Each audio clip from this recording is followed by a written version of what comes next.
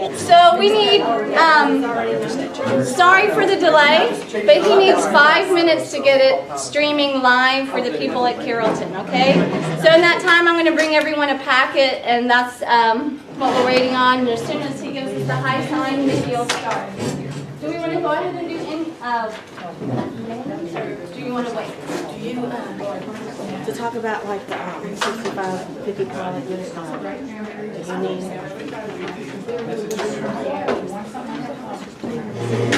No, that ain't. Can you just talk about, I have you on the agenda, so just talk about your, you can do it quick. So I grabbed No, I don't have anything to do. this guy and put it on top of a packet. Right here.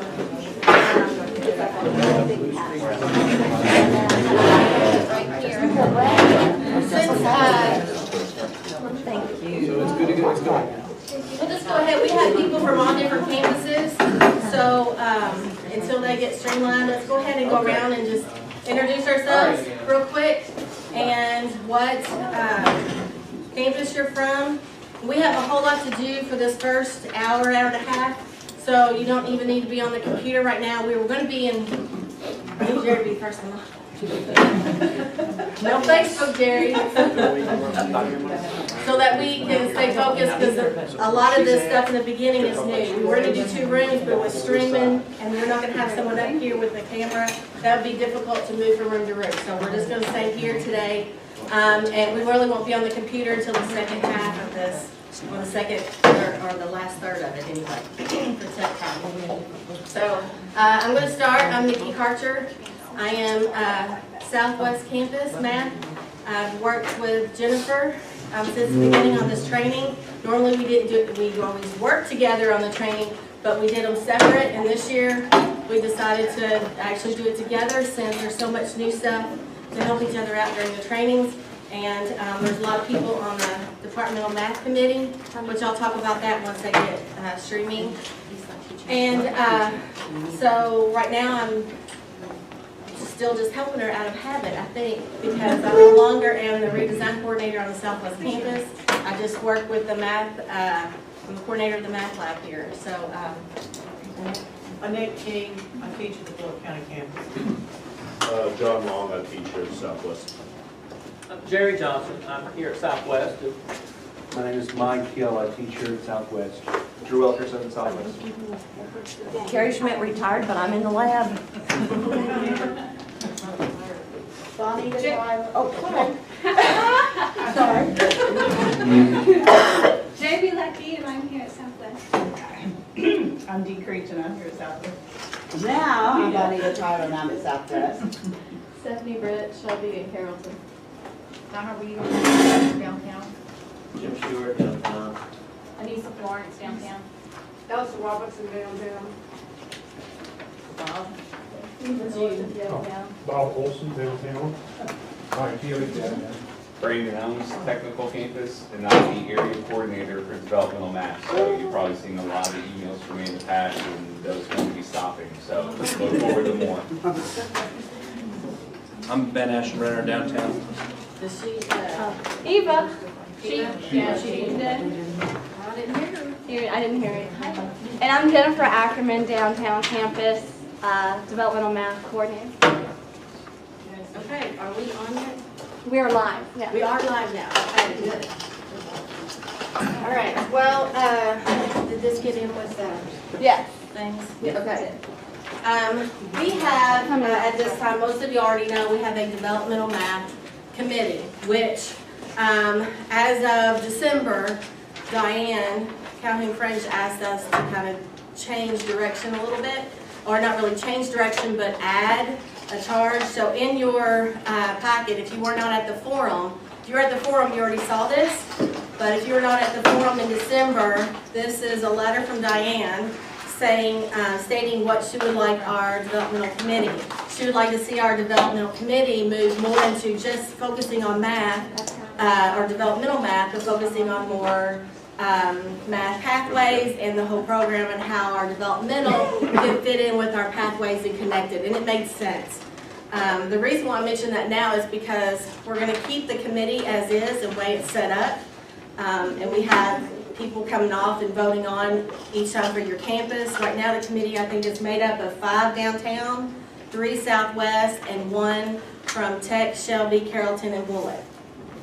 And so we have them staggered as far as elections go, so that you don't have everybody going off and new people coming in all at once. You've got it staggered. So keep that in mind for the end of this year. There'll be certain ones that have 1-year terms, and we'll get with your campus with that as far as who needs elections. But we need to change our name again to something that was redesigned, and we took redesign off and made developmental, and now we're going to have to make it something else since we're not just focusing on developmental. So if you have a cool name, be kind of fun instead of a boring, math committee, we'll have something with that. But the idea is, if you look at this charge and read this charge, there's a lot of stuff that needs to get done rather than just developmental. So what we're going to do is we're going to spearhead it with the math committee, but we're going to ask from help to have subcommittees out. So you'll be asked, or if you see any of those 4 charges down there that of interest to you that you would like to be a part of, make sure your campus person knows this, that would help, that would get you on that committee. Okay, but that will be going out, and so you'll know what's all going on with that. Other than that, as you know, I had a, no, it's up here. Everything's getting moved around. Make sure I hit everything. I think that was all I needed to do on that one. Many people, and I said this at the forum, many people, we've listened to everybody talk about the redesign. What you liked about it, what you didn't like about it, what worked, what didn't work, what you liked about traditional and what you didn't like about traditional. And trust me, all of us that are on the redesign agree with you in a lot of ways. And we're looking at our numbers and things. And so we tried to put together what works. Now, 6550 pilot we did last semester on our Southwest campus. Again, at the forum, Benita and Drew talked about that, and I'll have Benita kind of just talk about her results just for a little bit. But we tried to combine that, and we looked and we made a proposal, and hopefully you all saw that proposal and read it, and it was overwhelmingly voted yes by all campuses. And so with Benita's pilot, the 65 pilot that her and her group did, they used a lot of the changes that are coming down, and that was when we saw that these were things that we've all been talking about, and other people have been saying, we need to have this back from the traditional, we need to claim some of our classroom. So they did that with the 6550, and they had some really, really good results, better results than most of our others. And I know it was just 3 classes that we piloted, but all 3 did really well. So we want to better than what our regular 65 redesigns are doing. So we took some of those changes and we're going to put them in this semester, and that's why we wanted to have this big training together so that we can all be on the same page. And Benita, if you could just talk for a second or a few minutes on your results real quick. And I actually do not have the numbers. Drew, do you remember what our, or Dee, do you remember what our success rate was overall? Was it I can find it if you talk slow. 62%? It's in the 60s. It was in I the thought it was 60s. in the 60s. That was what you presented. So here's what we did. In this pilot, we took students who tested into Math 5.5 and placed them into a Math 6.5 course with an additional developmental lab workshop, similar to our Math 150 with the lab, okay? So in that Math 50, which is MT, it's not a typo, it is MT 50, we worked on things like study skills, engagement of the student with their content, engagement with the students with each other in collaborative learning activities, and engagement with us as their instructors. We spent a lot of time in building that learning community so that they learn to work together, because our goal is to develop independent learners, not dependent learners. These folks need to be able to go out there and learn what they need to know for the 21st century. That's just a way of life now. The way we set it up here, we go into a regular classroom and do our Math 50. At the end of that class time, we had the whole hour, 15 minutes, then we would move to a computer classroom. Now with the scheduling possibilities that we have here, Drew's arranged it so that when we get done with our Math 50, some days we don't need a whole hour and 15 minutes.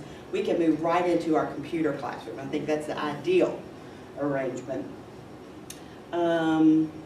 What we did in 50, other than study skills, was also mini lectures on that math content that we know they're going to mess up with, distributing that negative. They're always going to mess up on that. Fraction work, a lot of fraction computation. And we would just do mini lectures in that for them to get a feel of paper pencil exercises, so that when we move into the My Math Lab, they're doing paper pencil exercises, inputting the homework problems. So that's what we did. We think 60-something. So we're going to pilot it again this semester and see if we can replicate those results and come up with a training manual, if you will, that we could then take to other faculty members who also want to do this. Okay? I have a question. Yes. How many people were in your class? Altogether, we had, how many people were in? We had 3 sections, It's about 60. and we had 60 total. 20 per. I had 25. Yeah, yeah. Uh-huh. Okay, so now the big changes. Is that what's on our agenda? Yeah, I haven't looked at it. Yeah. Changes for Yeah. the spring. Okay. So, here's our changes. And you should have a what's new document. And so everything up in your packet that she gave you. So there's what we're going to talk about here. A lot of this we talked about at the forum, so it's going to be all review again. So if you were at the forum, that's great, because that means this will be a second time and it'll help. So right now, the big thing that we took away, that due dates were talked about from the beginning of time since we were doing this redesign. And there's all the reasons why we did it, because we wanted to model the Emporium model. We wanted to do it just like John Squires and what was successful for his. There are all the reasons that we started it why we didn't want to do due dates. And over and over and over and over again, we heard at I'm sure if you were at one conference, I'm sure you heard it at the conference, developmental students don't do optional. And bottom line is, I don't think that any of us really do optional. I know that if I have a list of things to do that have deadlines and one of them's optional, it gets pushed way down. And so that's just a creature of habit. That's just how we are in a lot of ways, if something's optional. And so that's where the due dates come in. And we did the due dates. We were real nervous about that working in our system. And the 6550, that seems to work well. No, this is something new. That's what you want for your note. So,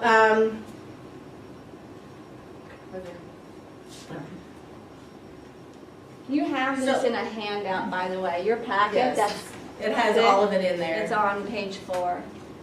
There will be specific due dates for the model test, and any student that has not taken the test by that date will take the test in class. So that's just like our traditional. Even though they get to work on their homework on their own, they can do it at their pace, they can do it ahead of time, they can still go faster, which was the whole intent of the redesign in the very beginning anyway, was not so they could go slower, which is what's happening, is for them to be able to get through it quick. That was the whole basis. That was the argument that was given to me in the beginning for this redesign to work, was so they could go faster through it, and it's done nothing but make them slower. So this way, if you want to do a mini lecture, you tend to have more students on the same section because you're pushing them because they know they've got that day. So we're going to have that specific day. Now on class day, whatever day you have on that homework set for on that date, regardless if they've done that homework or not, you're going to have an in-class test that will be open on that day. So they will take that test in class on that day, whether they've done the homework or not. And I know that's against what we've done with redesign because we want them to do the homework. Does it make sense that they're not going to do the homework and then take that test? But that's kind of what our traditional was about too, that we all, if they didn't get it done, we still had a test whether they had it done or not. So, but that kind of pushes them to get it done. But they still have some leeway in that specific. So if things come up in life or whatever, they still have some time to catch up if they need to. So if they don't pass it, then they don't, or even if they do pass it and they just want to do better, because I have some students that just want to do better and they'll retake it. then they can take up to 2 retakes. And, but if they don't take it on that in-class on that day, they'll receive a 0 that day. So that way you don't have to worry about excuses, whatever, but they still have optionals to do. Now they have to go through the retake procedures, which are the same as what we had before. If the student fails the test, he'll have 2 weeks to retake that test. And again, if they have to retake, if they want to retake the test for whatever reason, if they fail it, or they just want to get a better grade on the test, they have to finish all their, if they haven't already done their homework to 85%, they have to finish whatever homework they have to 85%, and they'll need to do their test corrections homework to 100%. So that was the same as our other policy. If they fail it a second time, they will have 1 more retake. So there's not this unlimited times they take the test. They have 3 times to take a test and they're done. So if they want to take it again, that's fine, but again, they'll have to go through the same process as they did before. They have to go back to the homework, and if they have not done it to 100%, they need to go ahead and do that to 100%, and they'll need to do that test correction or that attempt 3 prep assignment to 100%, just like that's all the same as before. The difference is that we're not going to give them an unlimited amount of time. It kind of makes them want to focus on learning the material rather than memorizing a lot of the stuff, which I think is what's happening in a lot of cases. And I know other people think that because I've heard that comment. After the 2 weeks, it will close. Regardless if they've done complete, regardless if they've taken it at all, after 2 weeks, that will close. And the student will receive the highest of the exam scores. Now in my math lab, what you're going to find is now you're going to have two exams. One's an in-class exam that doesn't have all the prereqs hooked to it, or Drew, you're going to have to help me with some of that, but there's an in-class test with that so that you can go in and give it to them on that day. And people can take it early, they can, but I think that you're going to have to open that up for them specifically if they want to open it, right? Does it open? That's right. Is that how it is? Okay. And that's going to be on the tech end. We're going to explain a lot of that on the tech Does end. it say, will it say like on their screen in class? They'll have it. And they did that with the 6550, and they really did But they fine can with take that. that in the lab if they want. The in-class, yes.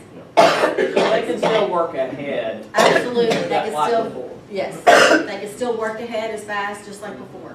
So this will help those, so those that are usually work ahead, this won't really seem much different than them, because they're, they're usually not the ones that take the test 50 times, they're the ones that usually take it once or twice. Are we expecting the work ahead students to come to class on test day? Sure, they can, I would think so, yeah, they can still work in class and ask for your help or whatever, so, I mean, that's up to you. So, All right. So anyway, you have the in-class. Then there's another one for retake that's set up with all the prereqs that they need, because they'll be taking those retakes. I mean, they could take them in your class too, but they'll be taking them in the lab.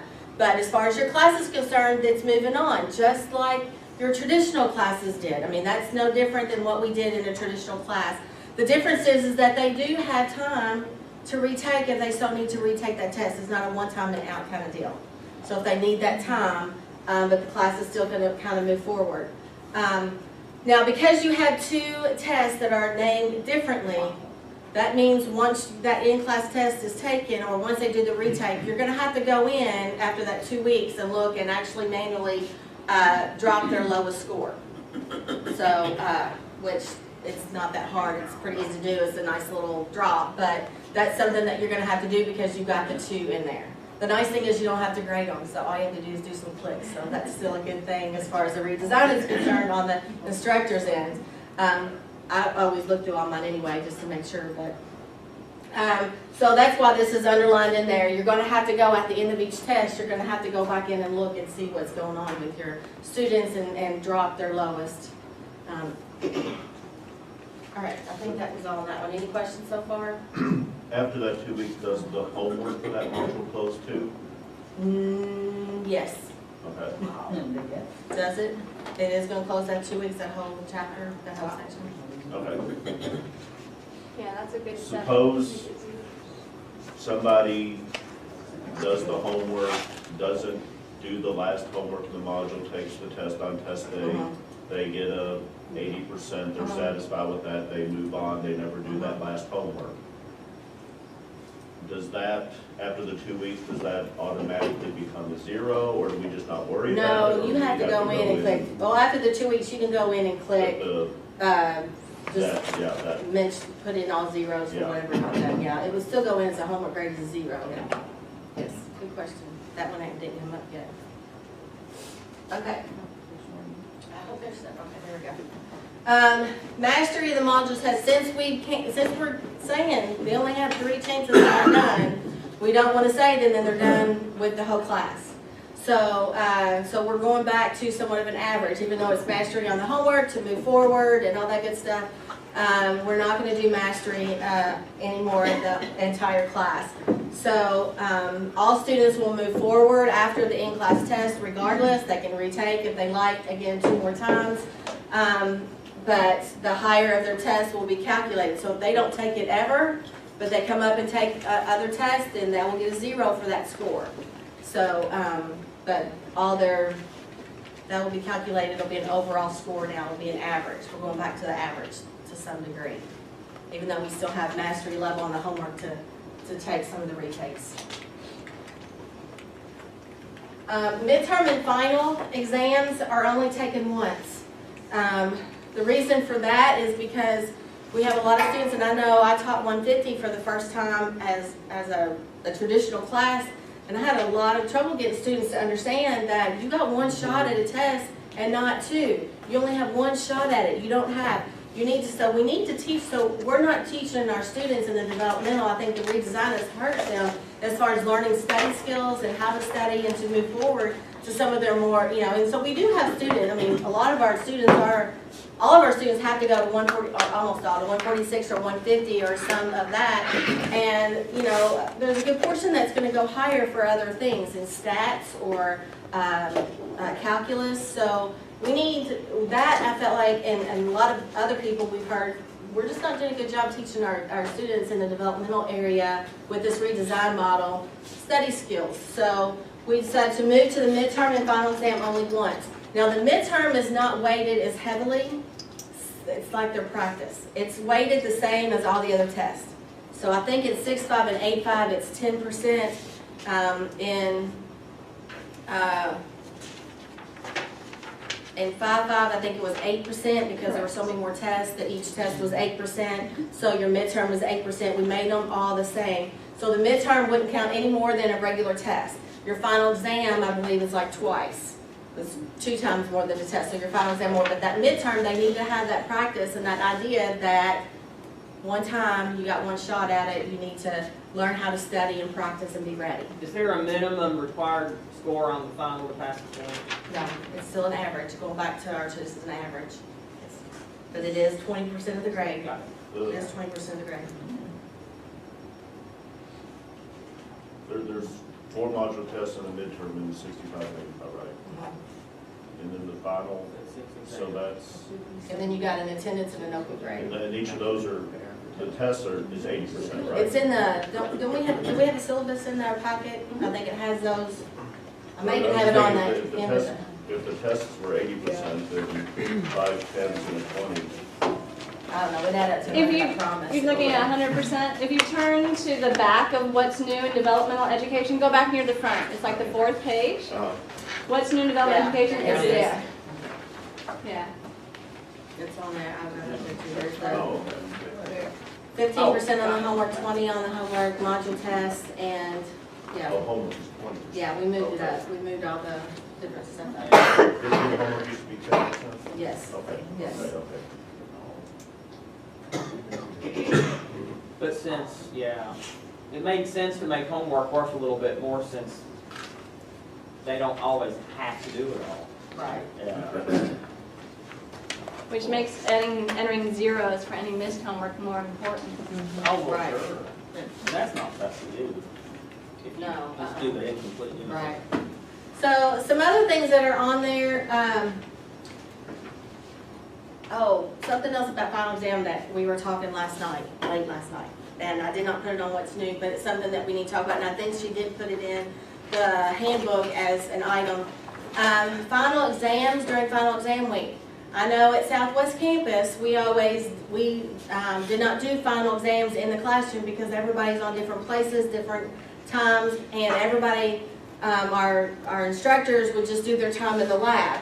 And we would overstock the lab with tutors, and because we were always crowded. This time we're going to do, because everybody should be on the same time and you have a final exam date that you'll need to put in your section syllabus, you will go to your classroom and meet on that day. So on final exam week, everybody should be taking your final exam there. They shouldn't be taking final exams in the lab, okay? The only thing that they should be taking in the lab is any retakes, because if we do the 2 weeks, actually, I know with You get 65 1 and 85, the last test, the last 2 tests, I think, no, with 55, there were so many tests. The last one and the 6 and 7 both are that Friday of May. And that last one only has a week to retake. You just don't have any more time after that. So, but with 65 and 85, it's a little bit different, but either way, they can retake their test in there, but so your labs won't be so crazy, I think, anyway, with not doing the final exams. Do you want to have them look at the test schedule right now? With the fixed testing dates? Is that We just can, a- I've but got we the- can do that. It's right here. Okay, Yeah, so it's in under there. what's new in developmental math, the very next page, page 5, has the master in-class test schedule. Yes. Yeah, move Okay. over here. So the master in-class test schedule tells you when every module test should be taken, during what week. And then you can tell whether it should be at the beginning of the week or the end of the week based on the PACE schedule. I have created this generic master schedule so that you can tell what date to use for your tests, no matter what class you teach, 55, 65, 85, or what day of the week you meet. Who's teaching a Friday class? Anybody? Mine got canceled. Okay, because Friday class has a special circumstance, but okay. So, the very next page is how I would make something for my class, because you can't give your class that master schedule. It's way too confusing. I just took the Math 65 Monday, Wednesday columns and pasted them into this document. Okay, and then that way the students know exactly which date they have to come for an in-class test. And it's just like a regular in-class test in a regular traditional class. When I teach my lectures, I don't give makeup tests. They can, replace their lowest score of the final or go through the retake process. And I spell it out for the students what the difference between the in-class test and the retake test is, because we want them to understand. And then also, on the midterm and the final, it says very clearly no retakes. So the students can see from the very beginning and understand that there's no retake on the midterm and final. We also designed the master schedule. You'll see an asterisk by the midterm. So, not that you have this all memorized yet, but week 9, for example, in Math 55, week 9 is right before spring break, week 10 is spring break, and then they come back week 11. We put the test on Wednesday when they come back so that Monday you can do a time to review for the midterm. Okay? So that way, every class, 55, 65, 85, has the midterm designed to be on a Wednesday, a full week after the previous module test, so that you have a whole class period to spend reviewing. Now, if you'd like to lecture, this is great. It's right where you are. If you are a more quiet person or help students work independently, maybe you think that your class time is great for the practice midterm. And you want them to do a practice midterm in class on Monday. But I just wanted you to know that that's why there is a gap between the module test and the midterm test. It was purposefully done to give you time to review in class and prepare students, like Mickey said, teaching them how to take a one-time test. Okay? So I've got these 2 documents on the flash drives, and I can email out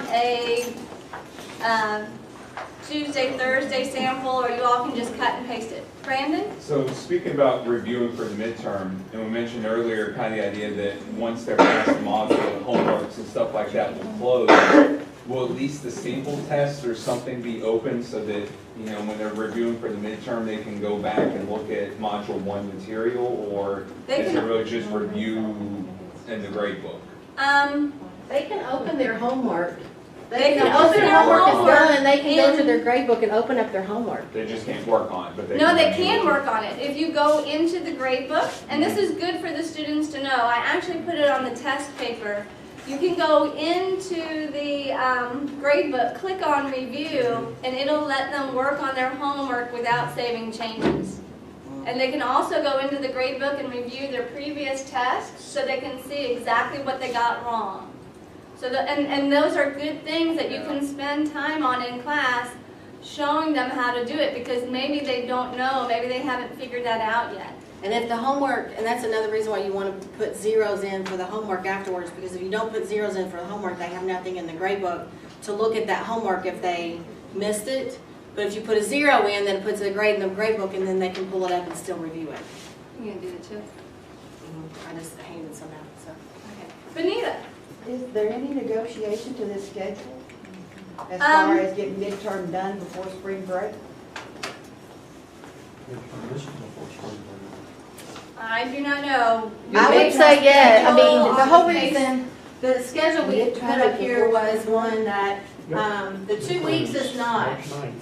The 2 weeks, I mean, he's got it set up. The Oh, for reason- 6-5, so in 6, it's just 5-5 that the, Right, sorry, that was just a specific example. 65, if you go back to the master list, they don't take their midterm, they take their midterm in week 9. okay, perfect. Yeah. Yeah. So it's different for each one. And remember, students can always work ahead, but we don't want them falling too far behind. We don't want them running out of time at the end. Well, in our pilot, we're going to have midterm before spring break, because then we come back to 6 weeks to do exponents and factoring. So that's a lot. That's why we want to get that midterm done before spring break in that class. Oh, and that's exactly when this is, because Exactly, spring yeah. break is week 10. Yep, perfect. Spring break is week 10. So the good news is they take the midterm, the homework's open, and if they choose to, they can work on the homework all during the spring break. It's not like they're waiting on a test or studying for the midterm over spring break. They take the midterm right before spring break, so that's really good. The exception is Math 55. Math 55, they take the Module 5 test, or excuse me, the Module 4 test in week 9 and the midterm in week 11.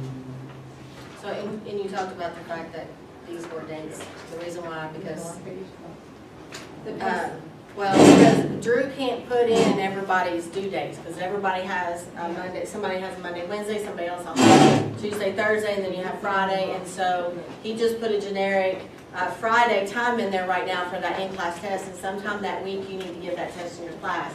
So you can change that date in there, which we'll talk about the technical, but that's the reason why they're not set up in there. So, of course, you could just open the test at any point yourself, right before the day of the test, so.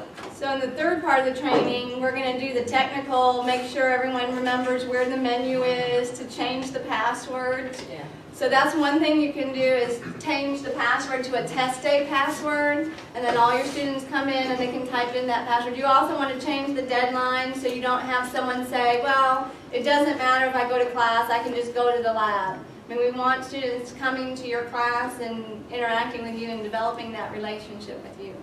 But we'll get into all that technical stuff on the second part.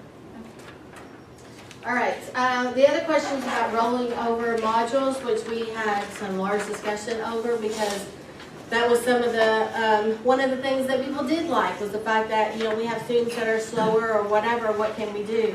So, of course, this time we have the same, you know, it's going to be the same as before, whatever they complete, because it's mastery, so they had to do it in order, so those will move over. We still want them to be able to move over modules that they have finished, if they so have that, but this time they can only move those that are mastered, so we'll need to explain to our students what a mastered is.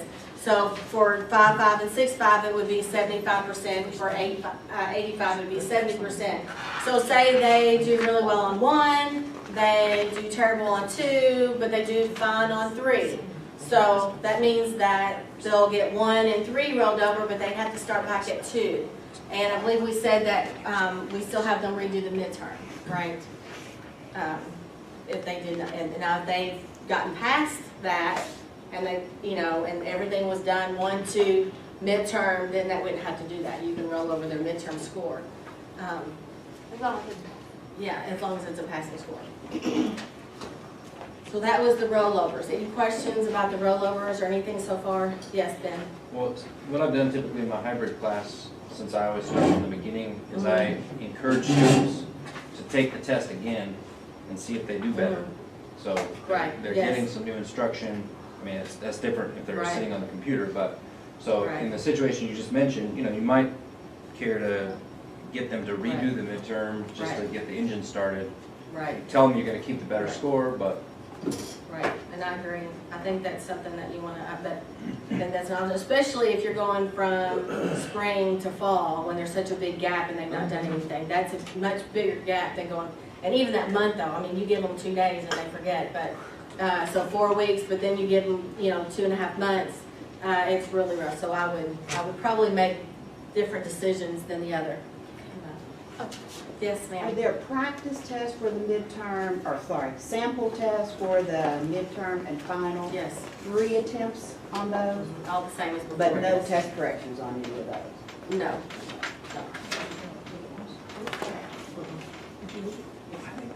I think it's 3. Are we supposed to have 1 or 2? 1 or 2 what? I gave you all 1 for being here, and then as you ask questions and stuff, Oh, snap. did you ask a question? Okay, did you get 1, or she not pass hers to you? Jamie, did you get 1? Did you get 1? Okay, I thought maybe you will. We knew that, I would be asking. So, all right. I think we've already hit this, but just to make sure, all due dates will be pre-programmed for Fridays. Just like I said before, it's just easier to do that as far as Drew is concerned than trying to go through all the separate different classes. So we're trying to make it easy for Drew, because that would be crazy to have to go through and put all the different dates for different instructors. Practically impossible, I think. Retest 2 Fridays after the original due date. Now, if you, I guess, so want to change that, that's fine, but I have a Monday, Wednesday class. And if I had a Wednesday class, then I would probably just leave that Friday 2 weeks. So they have 2 weeks and 2 days. That's just me. I would probably just leave that already, since I already haven't changed the other dates. But if you don't want to do that, that's completely up to you.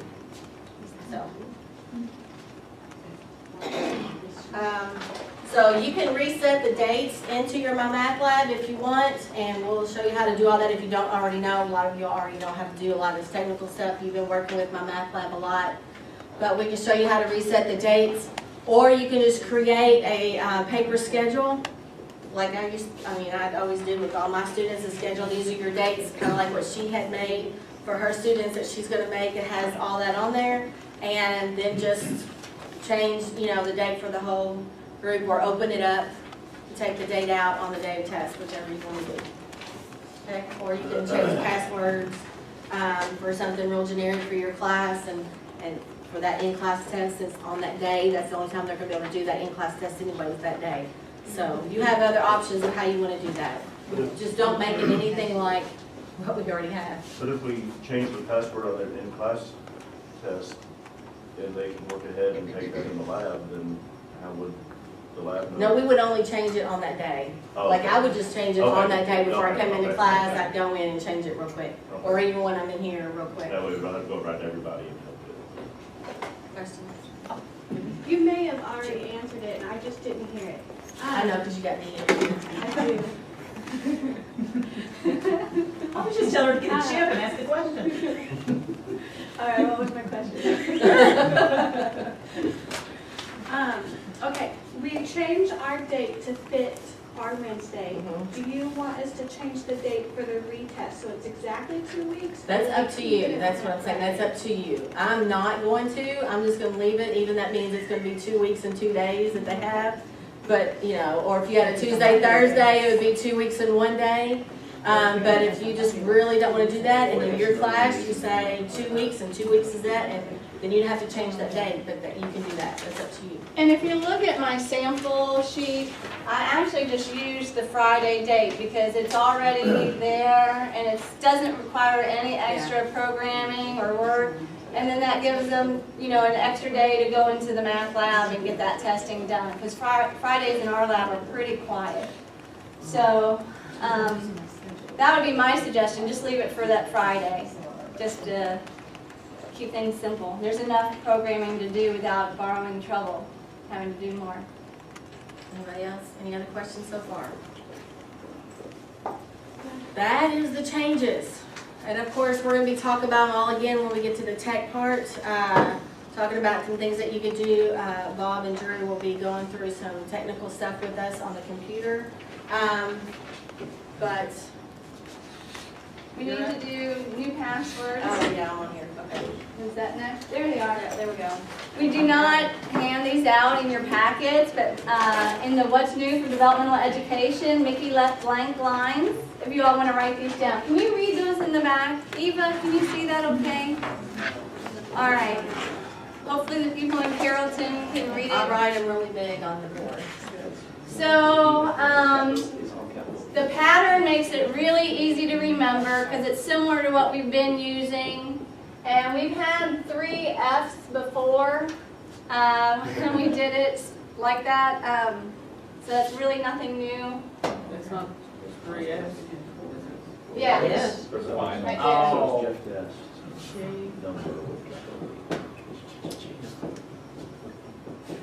And then again, the only caveat I would say, and I know this is over the top, but Lynn Shangaris would totally back me up on this.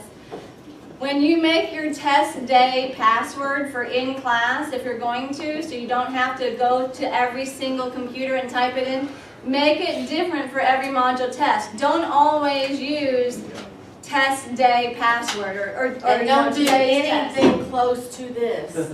Like Do nothing literally, like this. Make up silly words or whatever. but silly don't- words, today is Tuesday. But then the next time they take a test on Tuesday, they might think, well, I wonder if that's the same password. Today is Tuesday. So make it, today is test day. Today is a sunny day. Today is a cloudy day. It doesn't matter what it is, the sillier the better. Anything to relieve that tension and test anxiety that you know students are carrying by the book load into the classroom. Anything to kind of relieve pressure. It could be an affirmative statement, an affirmation. You can do this, that, you know, and then do something different each time. But please, I implore you, don't do anything like these passwords, because if they get compromised, we have to change them and disseminate them, and that is, it's happened, and we do it. We have some teachers who hunt and peck when they type. That's why a test day password is great. And then just make it simple and silly and change it. Like Mickey said, she'll get up that morning, change it, and then they'll come in and she'll type it on, write it on the board, and they'll do it. Raina, did you have a question? No, Oh, I thought you were going to ask a question. I did, but I, Okay. To make it easy, after the testing schedule, I included the spring final exam schedule. Of course, you can all get this from the website, but I thought it might be useful to have it handy. Okay. Okay. Quiz time. I want you to put away your notebooks or find some Or just turn it scrap over sheet and of use the paper. back. Turn it over and use the back. Scratch it, but don't cheat. You know, y'all are instructors. Don't cheat. You can turn it over and use the back. Real quick quiz. Real quick, real quick.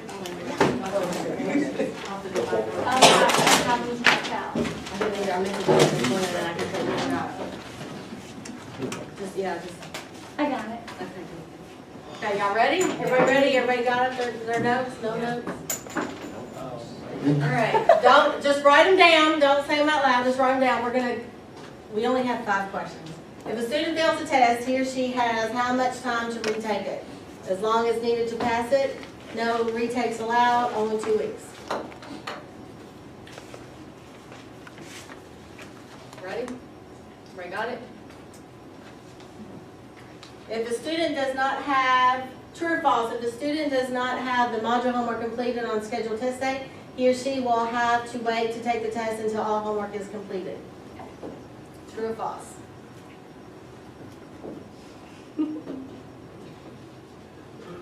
How many times will a student be allowed to take the midterm and final exam? Only once, 3 times like the module test, until they master it.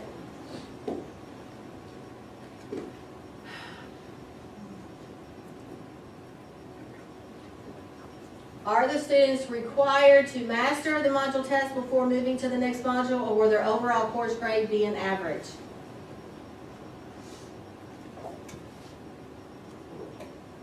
These are good syllabus quiz questions. Explain the rollover process from fall 14 to spring 15, and then from spring to summer 2015. Real quickly. So you got 2 different ones. One from last semester to now, and then from now to summer.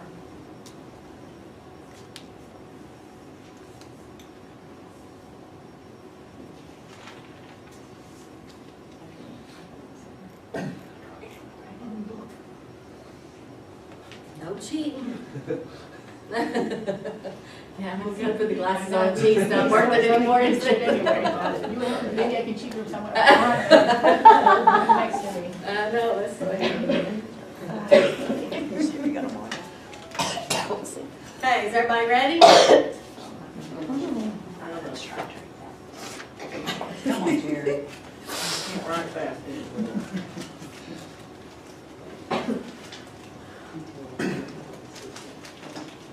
All right, you got my chips ready? Oh, All right. Oh, bonus, I forgot. We're supposed to already have a memorized? You said don't write It's it a bonus. It's a You're not bonus. supposed to tell her she has them on the board. I know. Well, they're gone now. I forgot I had the bonus. It's gone now. No. What are the new passwords? Drew knows Drew's them. made them up. So I would hate for him not to get it right. And he doesn't get credit for it.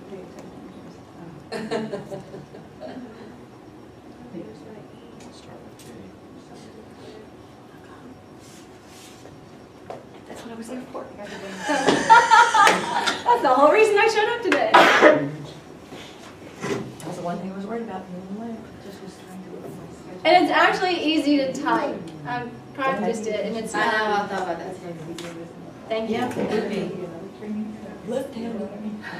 Yay, let's get I watched Jamie type in passwords, and she puts her whole hand on the keyboard, and she blah, blah, blah. And even if somebody's watching, they would know, and I'm like, I've got to practice that. I don't know how I could never do it. Typing class. Well, I had a typing class, I even played piano, so I mean, moving my fingers was a bit different, but not bad. Okay, are y'all ready? Okay, Reagan, quickly. Answer 1. No, Do we exchange papers? first answer was C. What was it?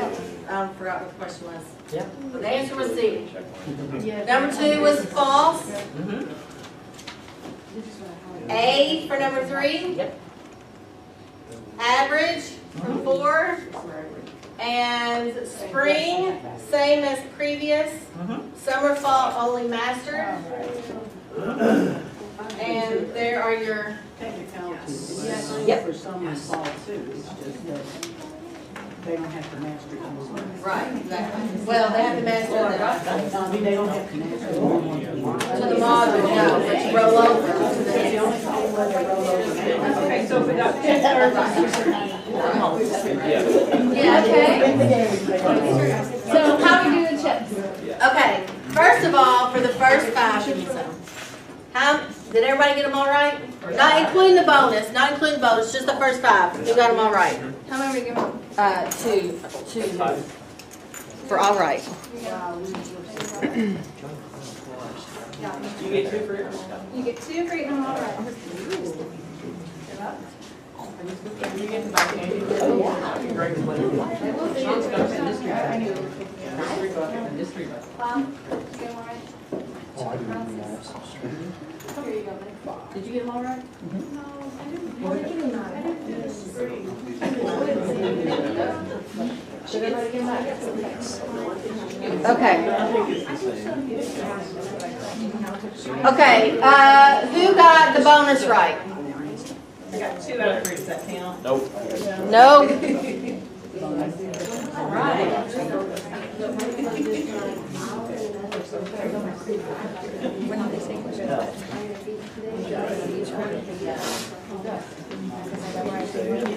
You know you're highly engaged with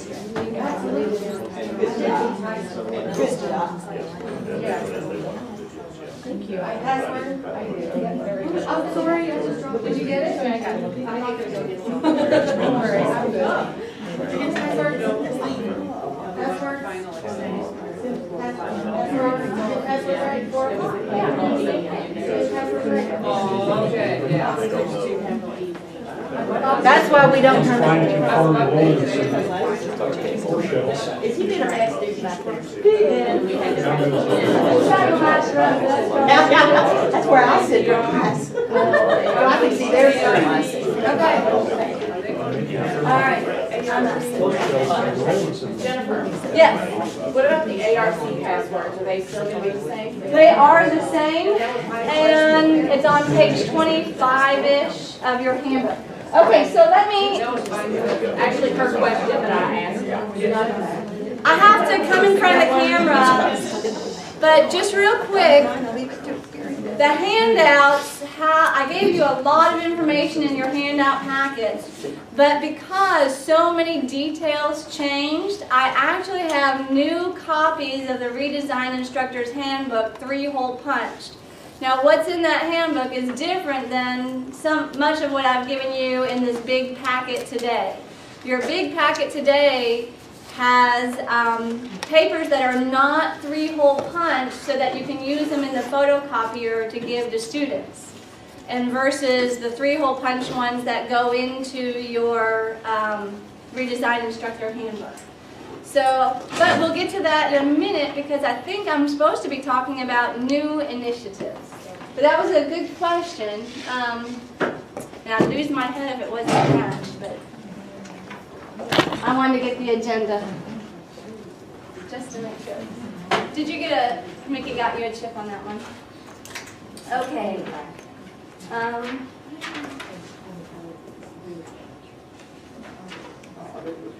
New initiatives. So this will just be really brief, but and it's also going to change.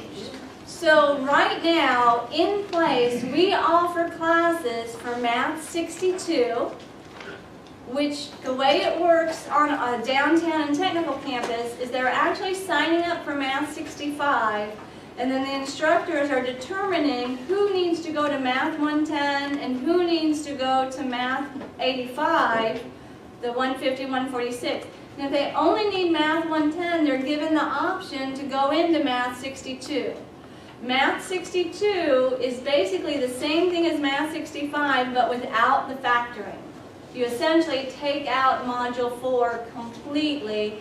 All the polynomial factoring and solving quadratic equations by factoring is removed from the course, and then it prepares them to go from 62 to 110 directly. Then the second initiative is Math 75. Ben, what's the name for Math 75? Do you know? That's a good question. It's math literacy, right? Math literacy. And what it's designed to do is to shorten the trip from 55 to 146.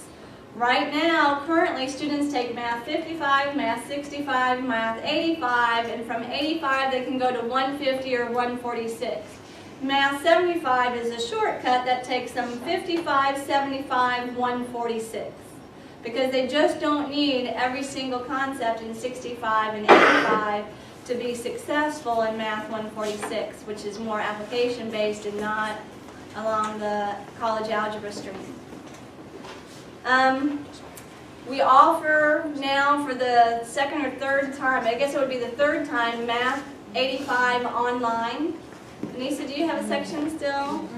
And then my South Bus people, are you doing 65 online, or you're doing 65 and 85 online? At Jefferson, we still don't offer 55 online, and doesn't seem to make sense. So, now, that's exactly what we're doing in terms of, and then finally, we've already talked about the Math 65 MT50 pilot, which I think we're going to do on the downtown campus in the fall, and try and mimic it as well. Mickey talked about the provost's message to us. We gave you a copy of that letter. If you have an idea of redoing math or a way to get students through their college math, we talked about it at the Developmental Math Forum, so I don't want to go through it all here, but there are definitely going to be some new initiatives and pilots out there. For example, many colleges have a one-semester statistics preparation course that gets them through developmental math into a college-level statistics class that counts for their college math credit in one semester. There are some other pilots where they do an in-class boot camp for like a Math 85 for the first 3 weeks of the course, and then they put them into Math 150 for the next 12 weeks to do a whole semester 85 kind of squished Math 150, which, yeah. It does sound crazy, but they had some positive results. There's math literacy courses, algebra literacy courses. Basically, one of the things that is amazing is if you take 100 students in Math 55, and if we solved developmental math so that we all had 80% pass rates and we all had 80% retention rates, you're still getting less than 30% of those students in through college algebra. So there's something, I mean, it's systematically built into the model that they're not making it through their college math. So those are the new initiatives that will be coming forward, and we really want all of you all to jump in if this is something that you're interested in and care about. Benita? One thing I forgot to add when I was talking about the 56.5, Mickey and Brandon will be doing a pilot where they're taking 56.5 students who received an A or a B in that course, and they will go to them in Math 150 with the lab. So that's kind of like smushing the 8.5 and teaching that as they're doing their 150. I mean, and that's what is so exciting about this pilot is these students were Math 55 students that had a 60% pass rate in Math 65. And that's a really big deal. We can't get 65 students to get a 60% pass rate in Math 65. So there's definitely something to this model. And then those same students who made it through, that 60% who passed, are now going to be trying to take Math 150, 100. So they're kind of skipping 85, and they're going to design it.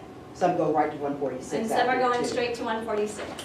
So it's really exciting. We can't wait to hear about the results in the spring. Anything else? Okay. Next, inside the classroom. Do we need a break? Do you all need a break? Yes or no? Are you doing okay? Yes. Okay. I see. No one. You're doing okay. No one needs to take a break between that and the technical part. Okay. Great. I'm trying to think. Do we want to hand these out? Did you all bring your handbooks? Can we do this? Let's go ahead. If you didn't, I think I have a couple clips left. We're going to hand out the Redesign Instructor's Handbook. Those of you all that are Southwest or another campus, this all has downtown information in it. Most of it though, I mean, I think that you got it. If you ask for Drew, you don't go to, I mean, it says go to Bob, you don't really go to Bob. Not all the technical how-to, but all the other, from the table of contents with the cover, back to the other resources. So I don't know if you heard what Elsa asked. Put your mind or the other is I did not reprint the technical directions because the directions for adding the Blackboard link and the directions for adding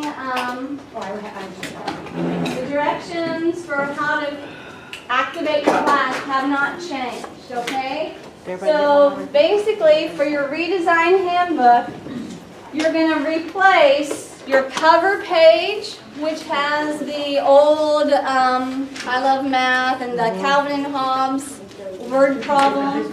You have a new table of contents. You're going to go to about, the last page is going to be numbered. Okay? You have your math quotes, and then you have, I think, the multiplication table. That's what you take out. You want to keep all the technical directions that I gave you earlier. Okay? Right. For Southwest folks, I did update late last night all the places, like where it says Chestnut Lab, I put our lab. Where it says Ask Bob, I said Ask Drew, instead of Jennifer, Mickey. So I did not print those off. It was late last night, so if you want those or you can't figure that out on your own on this, I can send it to you via electronically what I updated. And yeah, I killed a few trees because there were so many changes, but you do have this all electronically. So if there's any document you like and want to use, for example, the inspirational quotes, Eva has the most beautiful handwriting, and I followed her class, and she would always have a different inspirational quote on the board when I came in. I absolutely loved it. And the what am I supposed to be doing documents are here, but you actually have handouts of those. Okay, classroom kickoff. Yeah. I'm afraid, have I given you enough time to switch up? Let's go back to the packets that are not 3-hole punch and turn to the last 2 pages real quick. Our last 3 pages. And what this is Anne's Big 10 tips for a great start to the year.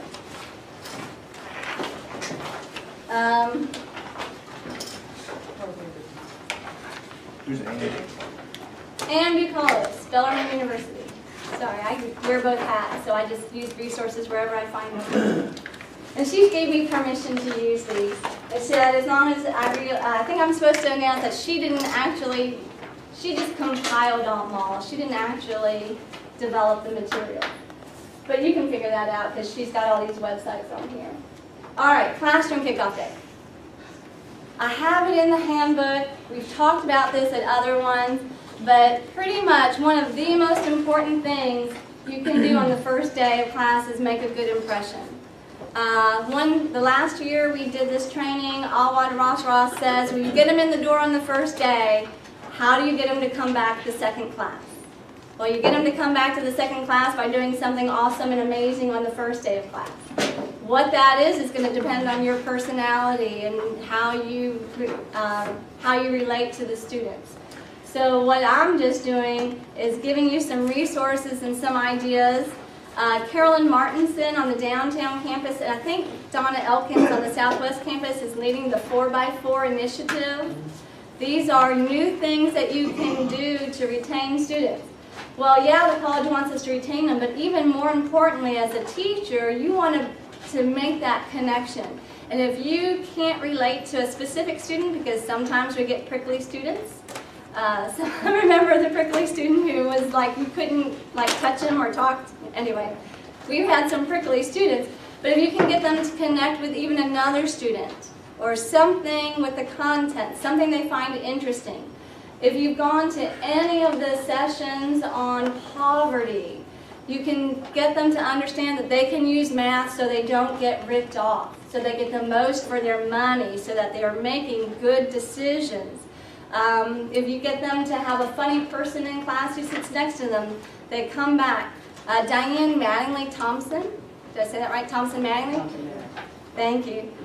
She has accountability partners. So on the first day of class, they trade phone numbers and they meet each other, and then if someone's not there, she'll say, hey, where's your partner today?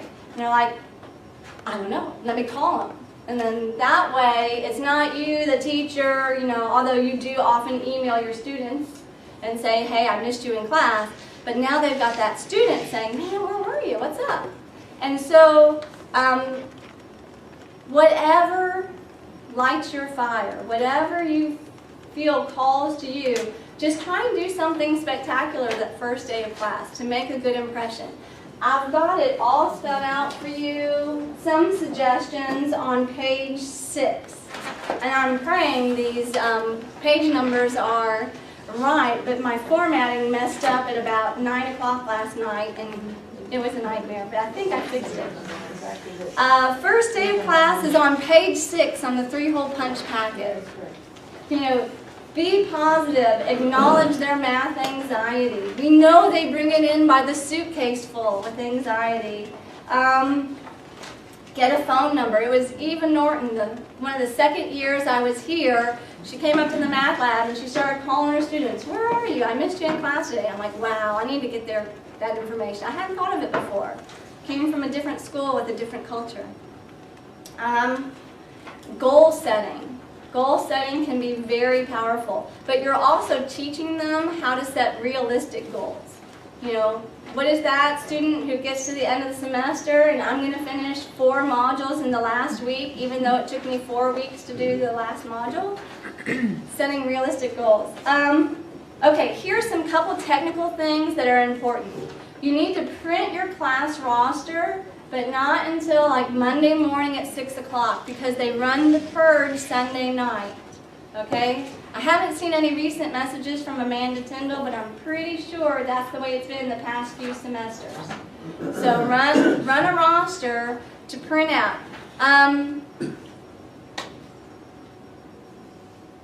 Downtown campus. Sorry, I had to gather my thoughts because I don't know if this happens on the Southwest campus, but on the downtown campus we have a couple rooms that are side by side to each other, and the students continually get them confused.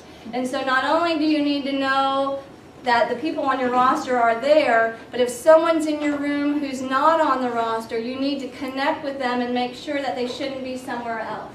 And then sometimes you just get the random person who shows up to your room that needs to go through drop add to get in. We have buildings that are next door to each other. And so they'll go to social science instead of natural science. Yeah. So you get the same thing. So you have to check both ways. You have to make sure everyone who's in the room is on your roster, and then you want to see who on your roster is in the room. And then you use that, of course, to do your no-shows. Record attendance, explain the redesigned format. You can imagine that if people who are new here, it can be overwhelming to explain the format. And some people, the minute they have math anxiety when they walk in the door, and then you sit them in front of a computer, and that escalates it. And so you need to reassure them and explain how it works. Also, particularly important, people who have taken the redesign class before are going to need to know about the changes because they're going to be used to testing 10 times or something, and we don't do that anymore because we're trying to help them move forward and improve their testing skills. So, students who repeat, you need to be careful with FERPA. I'm totally guilty. I just want to say, okay, who's repeating the class? You know, come see me separately. And some people will just blurt it out. But just be careful with your FERPA on repeaters. Yeah, Ben? Is it common knowledge how to look up transcript information in PeopleSoft? No. I mean, I think, does everyone know how to look up student records in PeopleSoft? Well, you should if you're going to, because we all do advising some along the way. So you have to pull up that information Yeah. if you're advising. Yeah, it is. I mean, it might be good just to do that in the technical side so that everybody, I mean, I think you should know where people come from. Are they repeating this class? Without having to ask them, you should already have a mark, like, I want to talk to this person, this is the 4th time they've done this class. So guys, how many of you all look up your student records? I know Lynn Shangaris did. She looked up every student. This is before the days when they automatically dropped you if you had failed. I did. I used to for my staff 20. Yeah. Okay, so some of you are already doing that, so that's a great idea. Can you all talk about some special things that you all do on the first day of class? Just something that you like, that you might want to share that maybe other people don't do? What is her name? Kyra Hainline has everybody share something about themselves. And she said it has been pretty amazing, some of the things they come up with. So what do you guys do on the first day of class? You want a chip? Benita? I put mine in working groups, and they have to determine 3 commonalities that they have, which really gets them talking. You know, we all have pets or whatever, and then 1 unique characteristic they share with each other, and then they exchange our contact information. They're accountable to that group.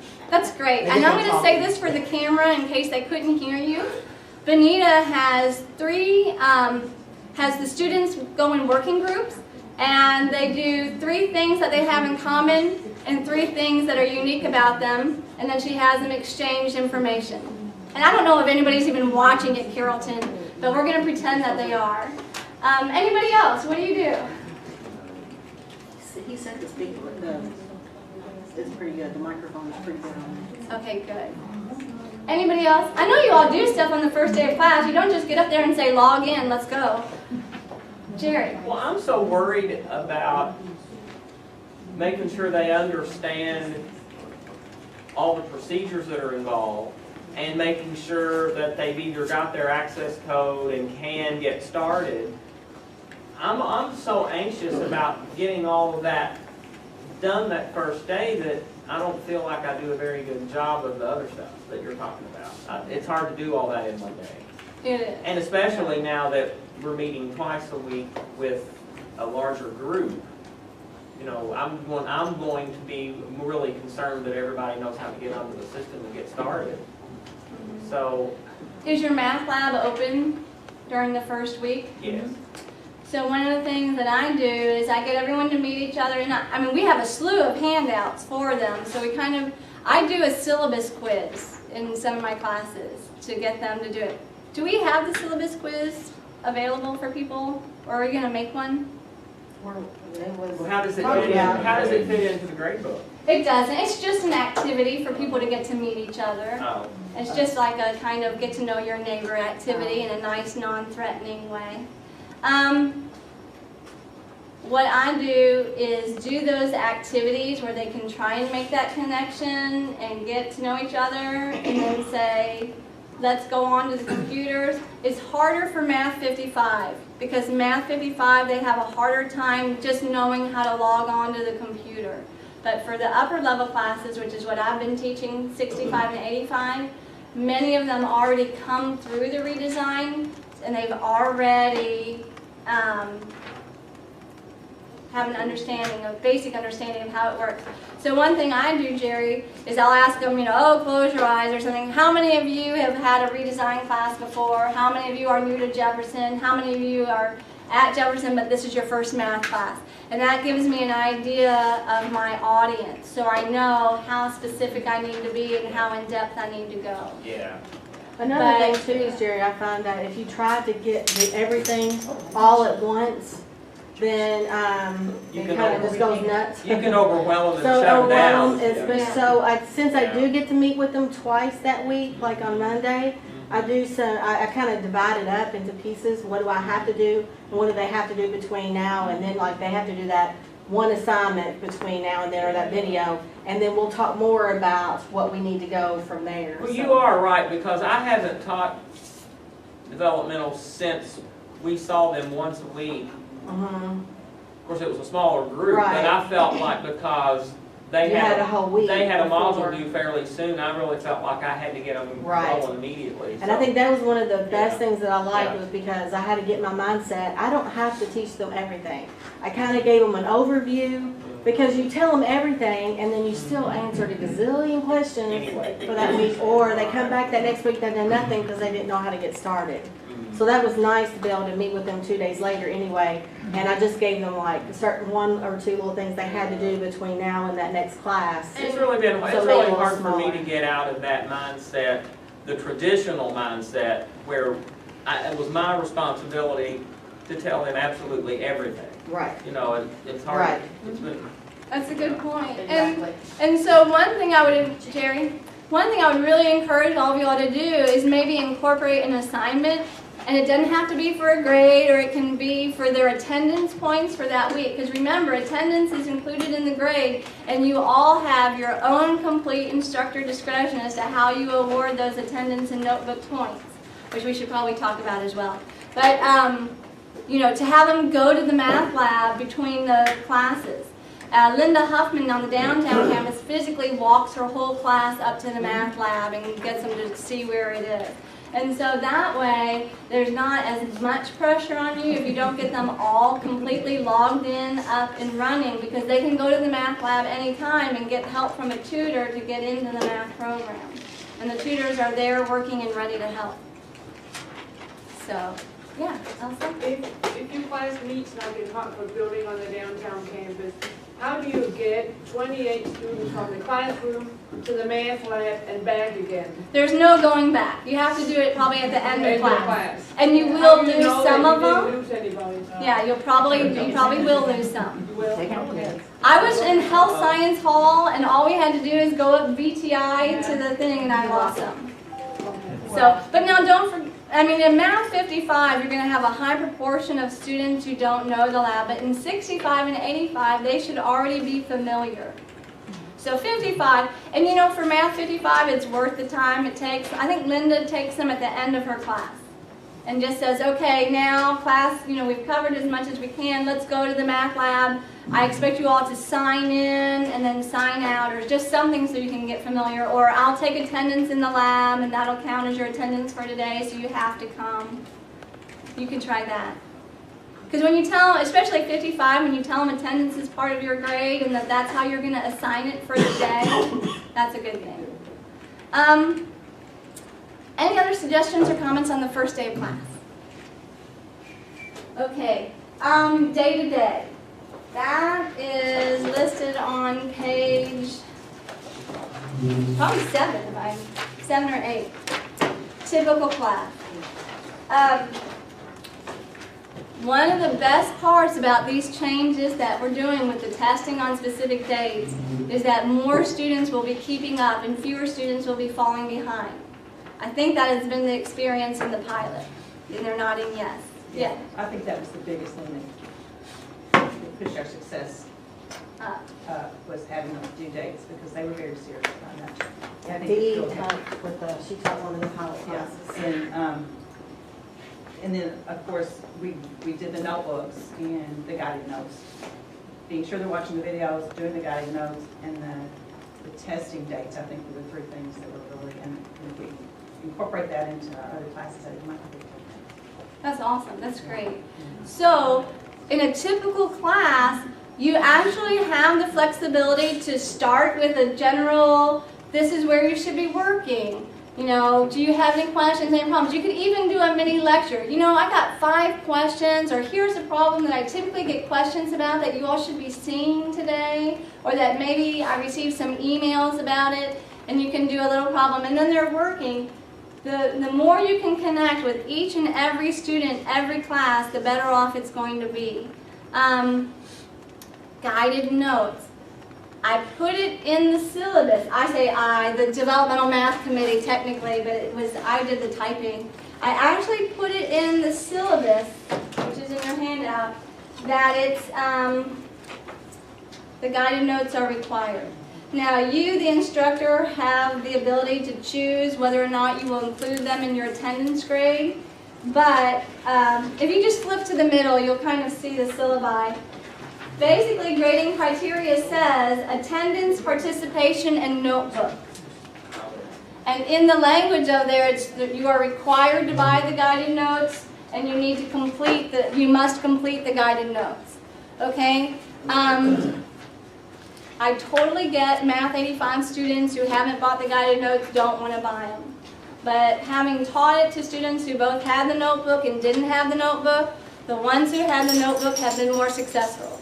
Now Ben could argue that it's all anecdotal evidence. I don't actually have any hard data to present to you, and it's just impossible for me to track it at this point.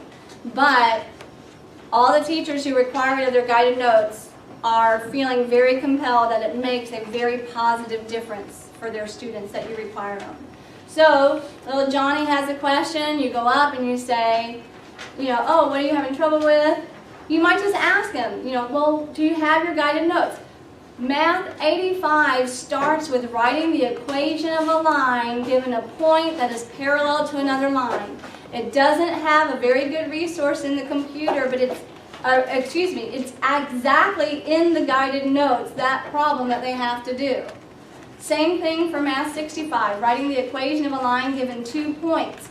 The students who have skipped the videos and have no idea what's going on will not have a clue what information they need to write the equation of a line. But if you ask them to get out their guided notes, you can show them, here's a problem exactly like it, and it, you know, and then ask leading questions. You know, some students can bully teachers into saying, you're not helping me if you don't answer every question I ask you. But you are the teacher. You're the ones who say, you need to do this, and I need to teach you how to learn to answer your questions, and I'm teaching you to think about math. And I actually am answering your question, but just not in the way that you want me to. And I will say that directly to students. I'm not being mean to you. I'm trying to teach you. And they kind of respond to that after a while. It's funny, I have my kids will tell me, quit being a teacher, Mom, just tell me. Well, that's the worst of it. When I'm with my kids, I'm like, here's the answer. What? Because you've done it all Can we just day. get done with this? Yeah. Yeah. You've used all your patience up at work. I have. It's Yeah. bad. Ben. That also comes on the back of credibility. I mean, if you sit behind your computer for 90 minutes, 75 minutes during the class, and they don't have any interaction with you, and then when they do have a question, you come over and you're like, watch the guided notes, it's like, well, what are you doing, buddy? You're just sitting behind your computer all day.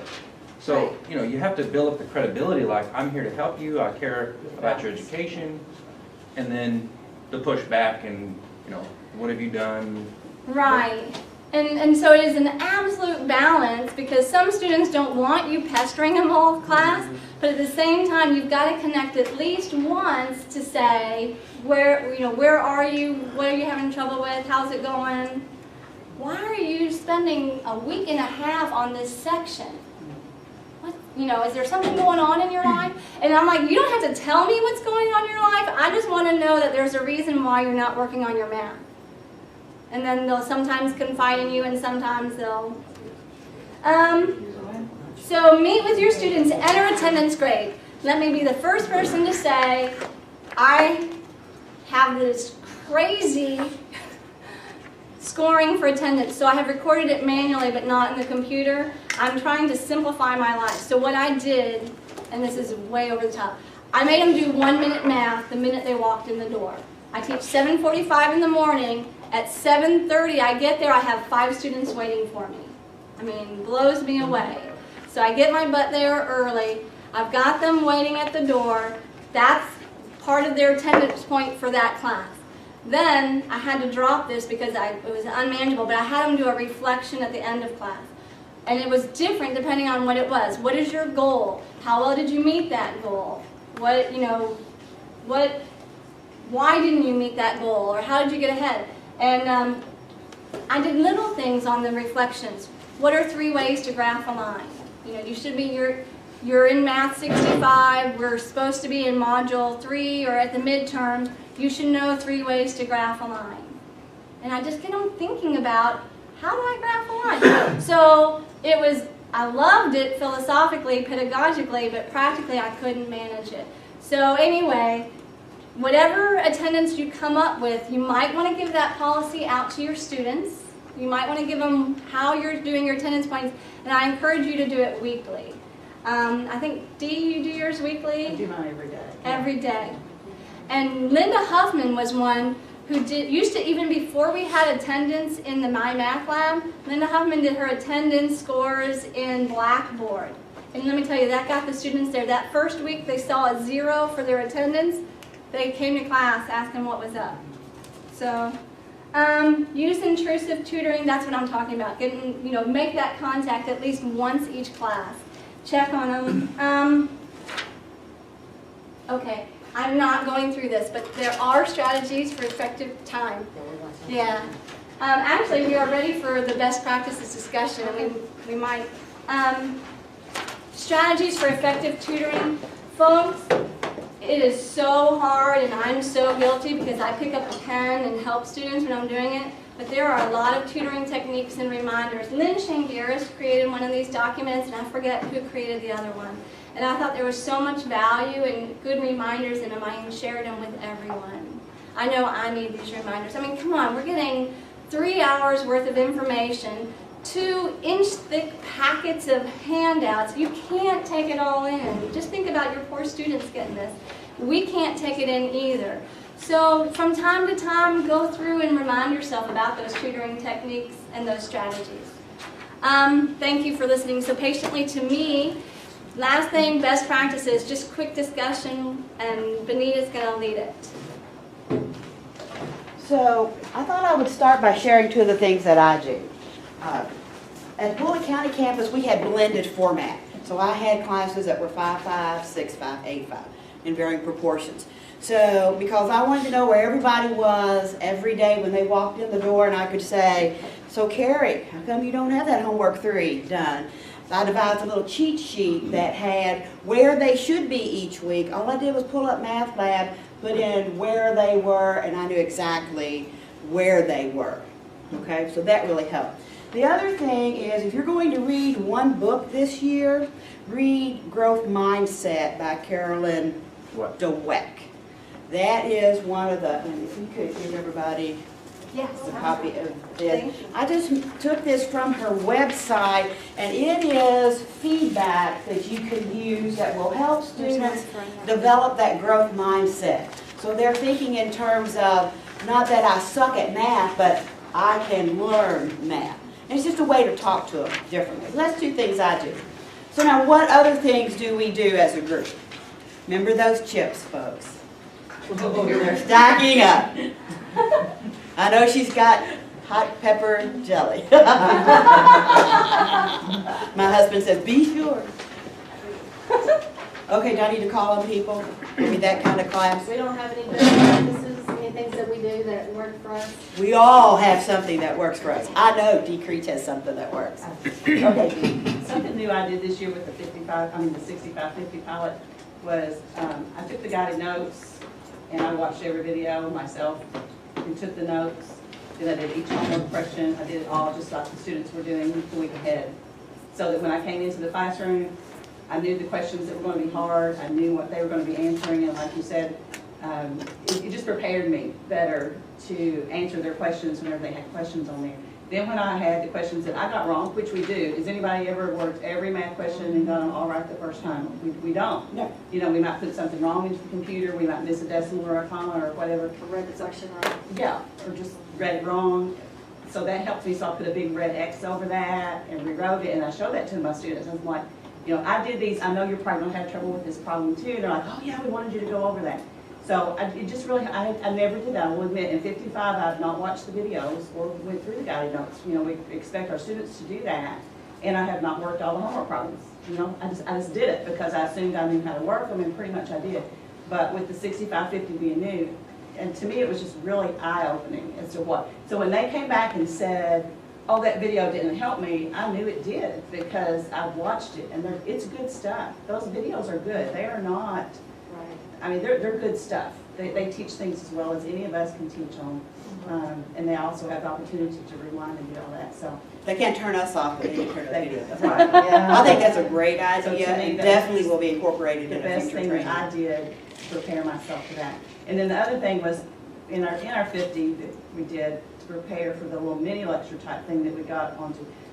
In the instructor resources, Benita showed me where this was in the instructor resources on MyLabs Plus. There's a mini lecture for every single section of the book, and it's awesome because it has, yes, it's just a total mini lecture with practice problems for each section. It gives you hints as to what the students might be having trouble with. It gives you practice problems on the board, and then there's another one, the workbook. You can show My workbook. My workbook that actually has things that you can print off that are exact replicas of the homework questions, so that you can. You know, I use those for handouts, for the group work together with all of it. So there's a lot of resources on MyLabs Plus that I did not know was there until I did this 65-50 pilot and had to go looking for stuff, you know, to fill the time. So I think as we're looking more into doing some of that time and as Ben said, you have to build that credibility. And I'm excited about the possibility of the 65-50 because that 50 gives you that opportunity for the credibility, but then it still gives them that whole hour and 15 minutes of them learning on their own. And during that lab time, I really tried to stay out of their business as much as I could, and they didn't need me because I'd already gone over what I knew was going to be over the video, and very rarely did I even get any questions in there. Most of the time, and I think that's why I had so many finish early, because they had that time, you know, uninterrupted. I wasn't interrupting them during that time to get in to see what they were doing. We'd already done that. At what point did you start moving your developmental workshop into the lab pretty much all the time? Pretty much after the midterm. Okay. Because by that time, they have really learned that if they watch the video, if they take the guided notes, and if they do their homework, they're going to move on. And so after, probably 2 weeks after midterm, I was telling Benita, I walked into the room, and I had the opportunity to have my lab open, that I could go in early, and I knew that. And I just, one day, I kind of got early, and I said, okay, let's go into the lab, and they got excited. They were ready to go.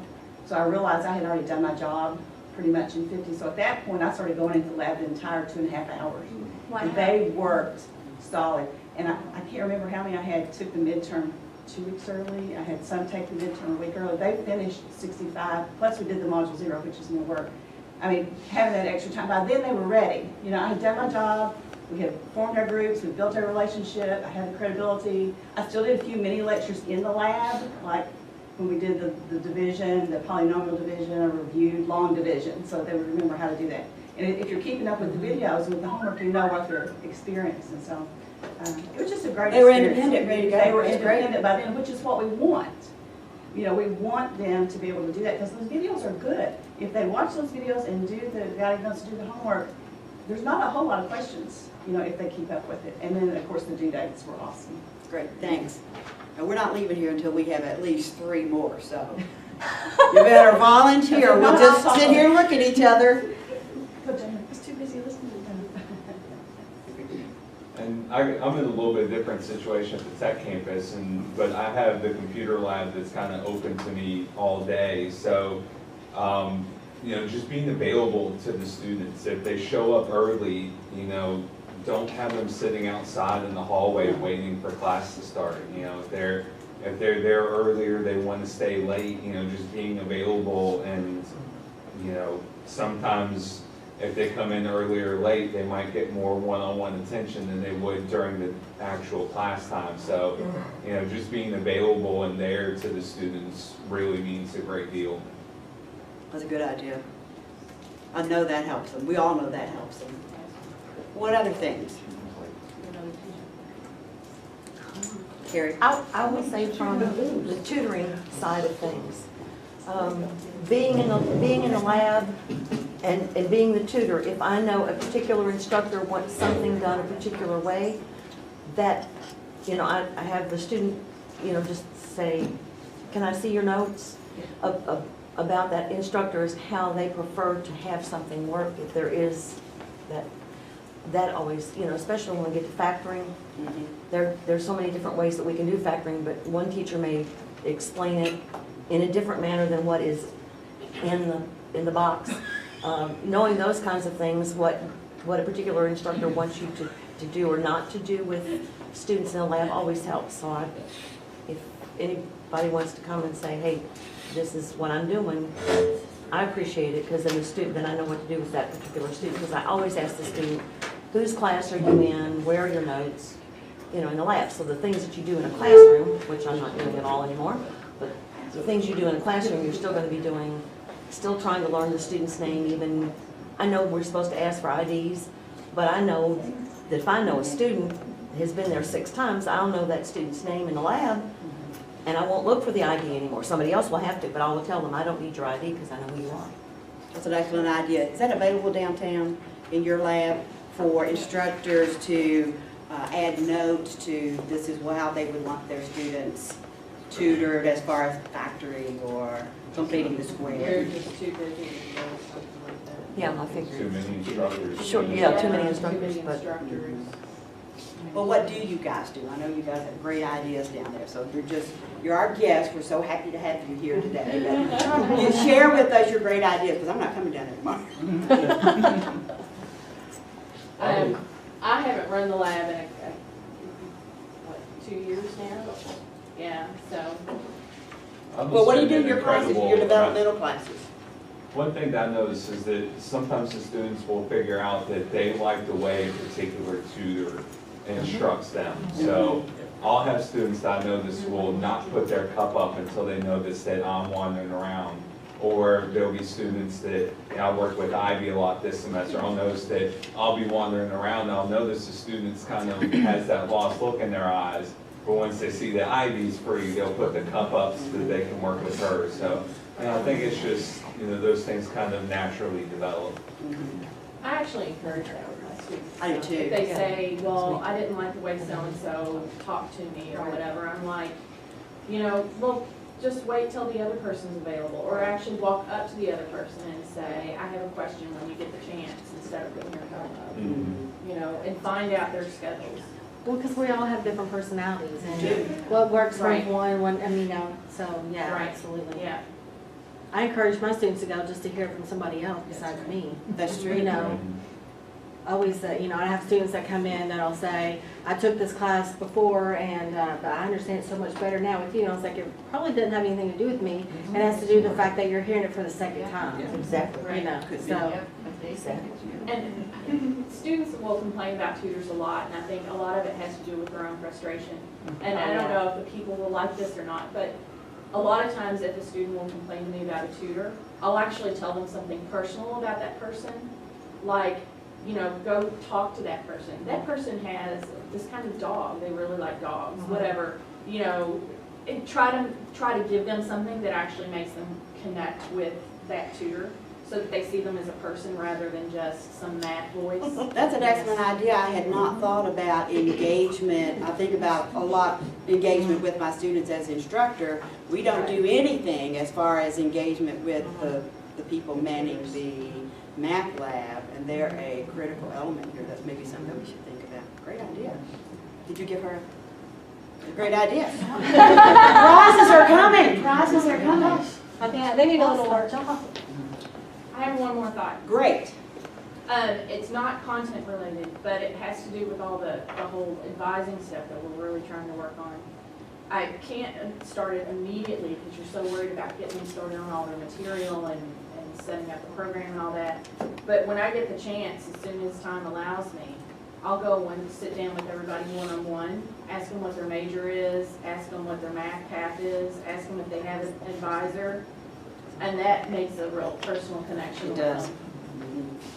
And that's one of the things that, we had talked about doing, and I talked to Cindy Dean about us, as MATHO, getting involved in the SOAR to help them on that end. And I think there was some miscommunication there. I think she thought I meant like take one of the SOAR already out, but I meant like add us in as an extra person there for SOAR to help with the trainings and the questions on the math and stuff. So we need to revisit that and really push for that on that end. Brandon? Well, what I've been doing at the tech campus, instead of during the source sessions, because those are already pretty long, I'll talk to the FYE instructors and just say, is there a day that I can come in and just have 15 or 20 minutes, talk about math anxiety, talk about math pathways, and I feel like that's been a pretty successful way to make sure that they understand, well, this is your major, you need this math class, or things like that. We did that one semester here and called it Math Ambassadors, and it just kind of fell through the hold and didn't get put back in, but it would probably be something good for us to do. There's enough in SOAR, we can maybe just schedule people to go into an FYE class. Right. That's how we did it before.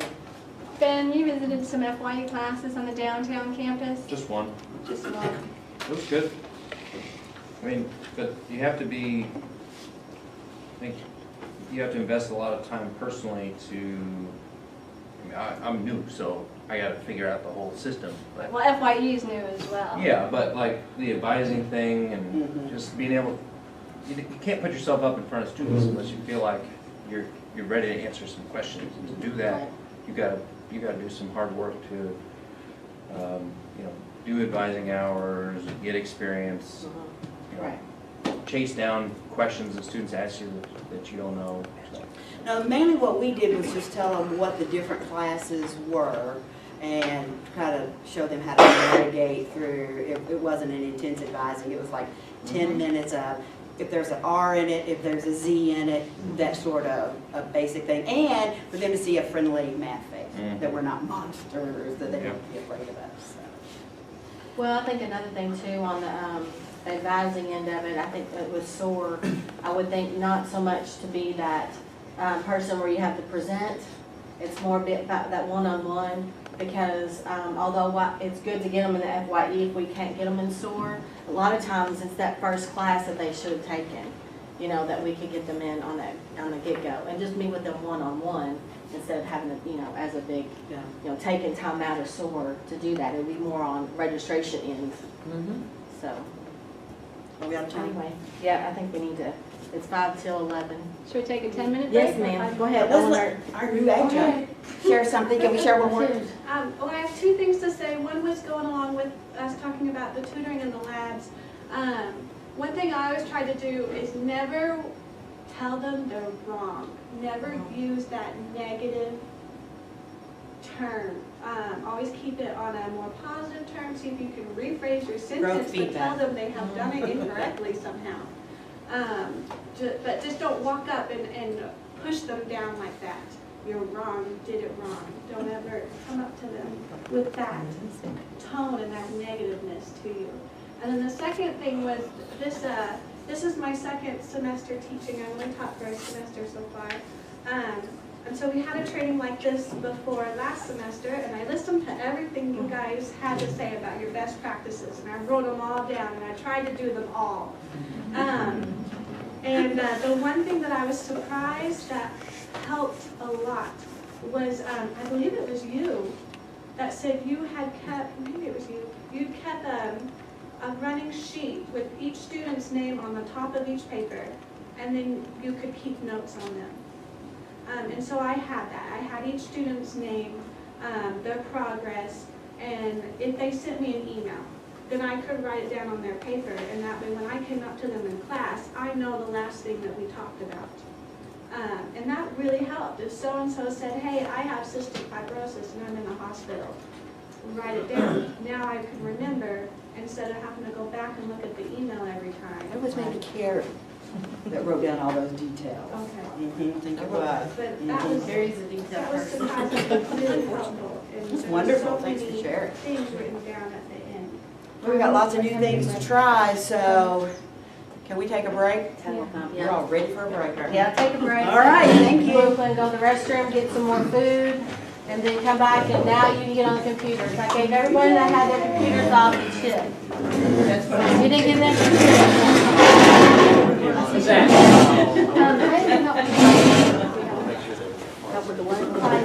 need to put things together. Very easy. All these chips I got. What do we say, 5 after 11, come back by 11:05? Hey, hey. A bunch of questions. Get out of here.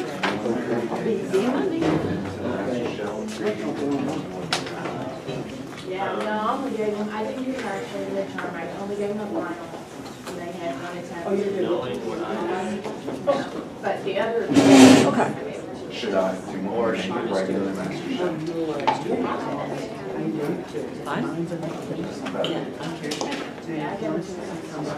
And also,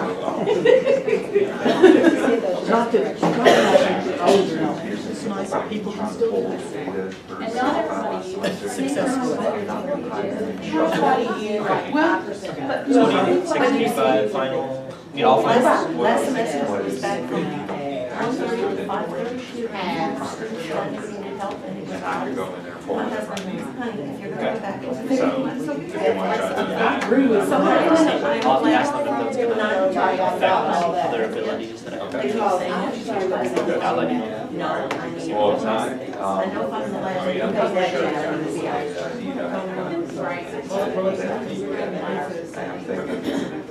If I could just get the finalists listed out by section, that would probably be. I debated the whole midterm thing, and I already called it. But for your learning, that's off the final. Yes. they allow it, but it's. Well, yeah, I asked them about the primary instructor. They can do that. Right.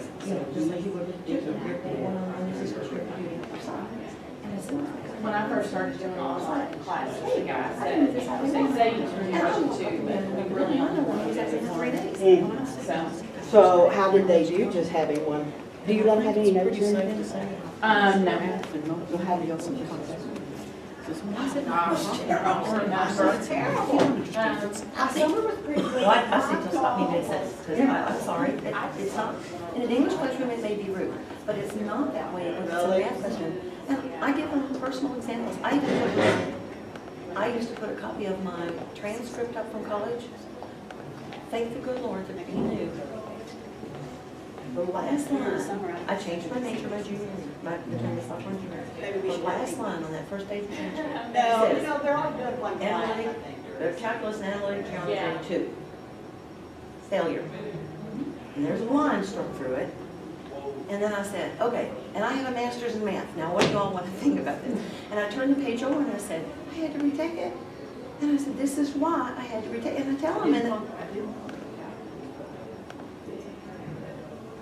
and I said, look, I said, I had no math, because you can see on my dress, there's no math from my junior year of high school until my junior year of college. I understand when you're sitting there. I said, I am not the smartest person at mathematics, but I know how to study and I know how to work at it. This is what I'm supposed to be doing.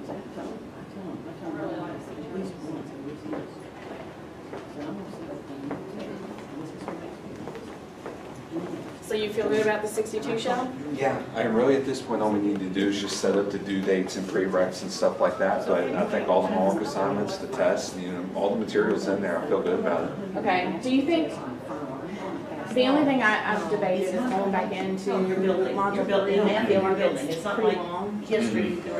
I left 4 and 5 in there because we had discussed doing 4 and 5 that was originally. No, I understand that. But I'm looking back at it thinking the model's really long. So maybe look at that and tell me, I because I haven't could taken a change close that. look at 3, so I'll go back and look at that one a little bit closer. Yeah, I mean, you don't have to look at the details, but just if you look at how many sections there are and how many homework problems there are, Yeah. if you think I it's did too long. notice that, let's see, the first 2 were 5 homeworks, I think that one was 8. Right. And the one that I created was 6. 6. So just by that number, it does seem a little bit longer, but, and that's not necessarily bad. That's up to them. Right. But I do talk to them Now, about 2 it. is the fractal, right? So 3 is multiplying binomials, Right. and some basic polynomial, stuff like that. So the only thing I was thinking if we reduce it is just taking out 8, is it 8? Whatever, it One of the was appendices. section 5. Okay, section 5, So okay. I'm leaving all the appendices, Okay. but taking out the last of the multiplication. I'll part. take That's a the look. only one I was thinking about taking out. Because there really isn't a great deal of that in 110. No, So, no, it was just that it really wasn't taking it too far and it was still adding on to the actual Right, rules. right. Is the Okay. reason why we had decided in our discussion to leave it in there. Okay. Um, Now, I'll take a look at it this afternoon once I get back home. Are you gonna do the dates and stuff? Yeah. Okay. Yeah, And I'll do the I'll already study talk to plan. Bob, I'm gonna work with him after the meeting, he's gonna help me out with that. Okay, and then I'll update the study plan stuff. Okay. Um, Yeah, I don't use the study plan, so I'm I glad tell that- my students to use the study I let plan. them know it's there, I'm like, if you're having trouble, you've done the homework, we're still not getting it, go into the study plan. But I'm like, I don't know what's in there. Yeah, they like, well, if you said it right, then all that's there is stuff that you've So covered. when you said it right, all I do is when I create homework assignments, I just say, this assignment updates the study. Right. Is there more to it than that? No, Okay. no, just set, so you have, I guess I'll go ahead and check that. I'll make sure all the assignments, I do tend to check that by default, but it's always worth a double. I don't think we need to have it on the homework, but it's nice to have it so that the tests. Okay.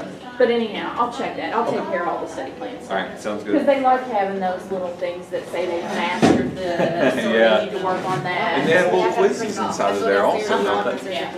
All right, I'll over with you. Well, I have a form she can just sign. She can Well, just she write. don't need to sign, unless you just need it for. Well, no, because of the food. I need to document how many people are here to make sure. Okay. All right, well, I'm gonna go downstairs just. Oh, this is just the.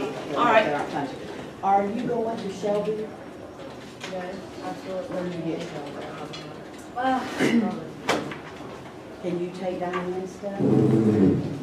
I need Diane Manning's. Because her grandmother is not looking good, so she has to be, get whatever she needs. Bless her, you bet. And Stephanie thinks she'll go out tomorrow. I think maybe it's in my mind.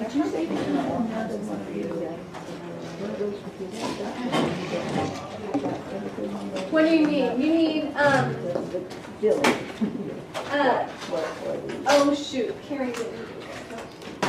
Yeah, here, goes inside. This goes inside the handbook. Oh, I gave, no. So I gave that out, and I gave these out. These are the handouts for the talk that we gave, and that's it. This goes in your binder. So where is my binder? Where's the binder?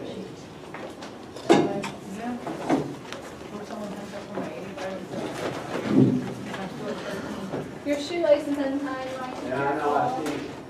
I'll get it. Yes, this is what I need to. John, Vicky's got one for you guys to sign. talking about numbers, the ones that I have don't have numbers. Exactly. The ones you don't have with numbers are for you to use as original. She's got a sign for you. Stephanie, I don't have you, so we'll see which one. So the in-class test is just called Module 1 test. Okay. This is for, And then the test 3, or is, and you have some tips on it.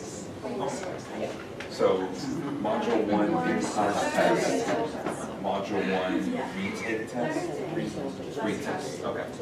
All right, just wanted to make sure I was consistent. That was fun.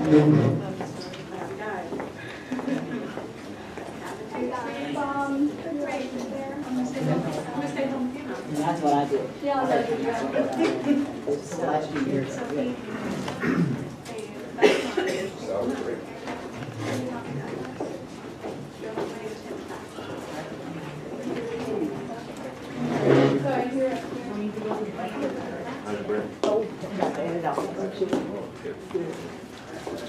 Yeah, this semester.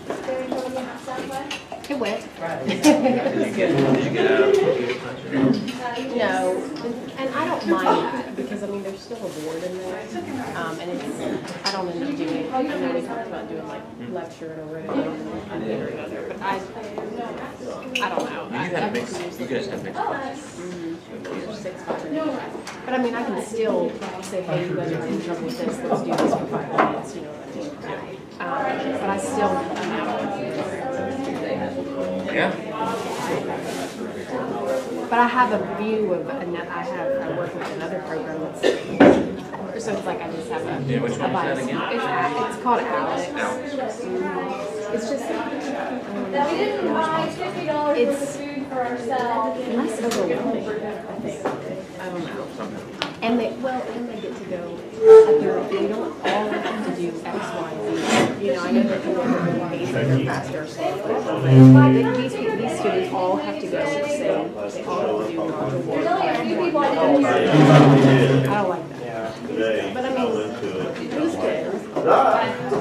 Oh, that's Jerry's fault. Yeah. I'm sorry that I won't. Yeah. I forgot where I got on here, when I got in the highway in 71 to Carrollton, my ETA was like 8:45. I was like, sweet, because I've never been there. And so I'm like, I hate. Oh my gosh, you're like, Oh, yeah. I hate that. I'm like, you can't decide. I know that you didn't love it. Yeah, I was I 18. changed. And then I got trapped in the morning, so I did right in the But you're in there. Actually, I'll mention that I actually did last time. Yeah, I just. And, yeah. Well,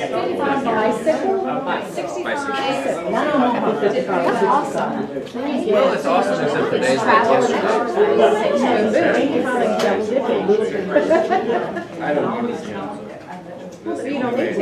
Yeah, Well, that's the only way I get exercise. You don't need to. It's how I live my high calorie lifestyle. My dad rides a bike. He hasn't, he's been so cool now, but he rides 15, 16 miles a day. Most of the students are there in an hour. Does he live out Is this Lecter? that area? Yeah, he lives in where I live in Owen County, and so one time he basically got ran off the road. I think that was Monday, Wednesday. It's not flat. Well, a little bit of both. There's a few hills, steep hills, and then there's also some flats. So I think he doesn't. I mean, I get 2 classes with a student, but it's like one class. He earns like 1,000, 1,500. Did everybody get what they need to get logged in with the Yeah, see, I'm an eater. I love food, so. Is that right? It is, it's a little blurry though. It's a little blurry. It's not really.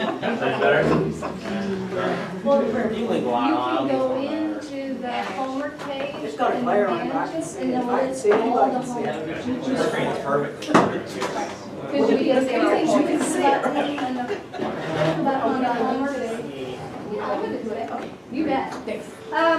And Donna, I taught 2 lecture classes last semester, and the ones who watched the videos as like flipped classroom, like I still lectured, they did so much better. Well, I'll recommend it once in anyway, but I don't want to make it a prerequisite because About a third of the way into it, there were some sections I required them to watch the video and do the guided notes for that section, I'm and gonna it go ahead helped. for now, take it all out, then I'll. Just food for thought. Yeah. Like if you get to something you know is hard, So I've never done it before, I'm just giving it a try. if you get to a topic you know is hard, maybe I'll have them watch the PowerPoint or a website. Are you ready to start, Drew? I'm ready, yeah. Hey guys, I want to get everyone's attention really quickly. He did, Ben. I'll have to. We can all be different. I ask everybody, Ben. I ask you, I ask her, and I ask Linda. So one thing, can everyone give me your attention for just a minute? I need to ask you a question that's going to affect my life for the next week. How many of you feel like you need technical help with details like how to set a test day password? Okay. And so if we give you, how many people feel you can either remember it or figure it out if you just had a little how-to sheet and would remember? Okay, we have a lot of how-to sheets already in place, but we don't have one for submitting zeros. And since we all need to submit zeros, I'll do that. Here's the next question. Do you want how to submit zeros now, or do you want me to email it to you on the test day? And say, today, this is your test week. Here's the procedures for how to submit a zero. Does that make sense? I think doing that to do that. Yeah. Okay. I need a reminder. And then for my Southwest homes, you all are always welcome to come. I'm going to host some sessions periodically through the semester to help provide technical support for anyone who wants it. So Elsa, you raised your hand, and if you want help on a certain day, I'll say I'm going to be in the VTI 209 or some room on Friday from 10 to 12. Anybody who wants help setting a test day password for the next week, or anybody who needs help submitting zeros, you're welcome to come see me and I'll help you. So I'm going to do those, offer those a couple times during the semester. And then hopefully for the downtown folks, we'll be able to do supplemental lectures again. I'm hoping we can get people interested. Thank you. This is Drew Wilkerson. I know everyone out here knows him. Some of the downtown folks, I think you've met him before. But Drew is the math department chair on the Southwest campus, and he's also our technical programmer for the Math Shelf. Thank you. Okay, so several things we're going to do some refreshers in Blackboard, and then from there we can move into the My Math Lab Plus courses themselves, and I'll show you some things Jennifer will create some handouts, she said, on some of them, but I'll show you them just so once you do them, it'll feel like you've seen it before. So just a reminder, all Blackboard courses by default are not currently available, meaning your students can't see them. So students log into Blackboard, their course list, your course is not there by default. So one of the first things you need to do is to make that course available. So just click on whatever course you want to play with today. We've been told in the past by administration not to open classes till the day before, but in my math lab, everything is set to open on the first day of class anyway, so they can't start ahead anyway. So I think we're safe just to go ahead and open the classes. Okay. In Blackboard in your course, bottom left in the control panel, you want to click on Customization. And then from that drop-down menu, Properties. Okay, and if you need any help with anything, Bob is going to be around if you want specific hands-on help. From the Properties page, you can do a couple of things. If you want to, you can change the course name that displays in Blackboard. If you want to make it Math 65, Monday, Wednesday, 10:35, you can do that, or you can just leave it as the default. Most important thing, about halfway down, make course available, you need to select yes. Okay? Again, that's going to make it so your students can see the course. And then bottom of the page, submit. Okay, so now your course is available to students. You'll need to do that for every course you teach, whether it be redesign or not, so that students can have access to your Blackboard page. If you're teaching the redesign math classes, they're available now. I think for some of yours we need to talk after, and we'll get them all copied for you, but hopefully today you should. Okay. Students will access My Math Lab Plus from Blackboard. There's actually two ways. The main way is through Blackboard, and many of you are probably aware of what we refer to as the backdoor entryway as well. We can talk about that near the end if there's some time. But how to create your Blackboard link that will take them to My Math Lab Plus, you want to mouse over the plus sign in the top left, and we need to create what's called a tool link. So mouse over the plus sign, click on Tool Link. An Add Tool Link box will come up. Type, I'm going to click the drop-down menu for Type, and you want to go down to MyLabs Plus. There's also one called MyLabs Plus Readiness. I have no idea what that is, so just click on MyLabs Plus. You need to name it. So whatever name you want, My Math Lab Plus, My Math Lab, MML, whatever you want to name it. For the sake of uniformity, it's probably better if we all do the same thing so that students go from one semester to the next, they're not looking for something totally different. Yeah. I actually disagree. I think it's good to have a unique name so that if they're in the wrong class, then they would know. Because you say, hey, click on this link. And they're like, I don't know where that link is. Well, you're not in the right class, my friend. Okay, and then just as important as all that, you must click Available to Users, otherwise you will see it and your students will not, and you'll swear to them that it's there, and then you'll have to backtrack and make that correction. Okay, so make sure you make that available to users. Okay, so there it is. You have the ability to move that wherever you want. If you mouse over it, you'll see 4 arrows appear. You can slide that up and down wherever you like it to be. Okay, whether it be the top, bottom, middle, wherever you think it's appropriate to have that. Okay, so if Bob and I did our jobs properly yesterday, if you click on that link, that should take you into the My Math Lab course for whatever class you picked. If it didn't, we need to know so that we can fix it. I missed when you went to add the link here. No, I'm just spinning. Just spinning? I'm behind a step. You did have the link. Oh. Mine did great. Okay. Am I not in Okay. is this not the right section? Yours worked? I was assuming you were teaching. Well, but maybe my classes, this is what I'm looking Yeah, for you're looking right for here. 4146. Okay. Before, well, That's why my I'm classes sorry. were available. Behind me out. For those of you who have been teaching a few semesters, in Blackboard, did you have a whole list of classes? Do you know how to get rid of the past semesters? If you don't, you want to learn.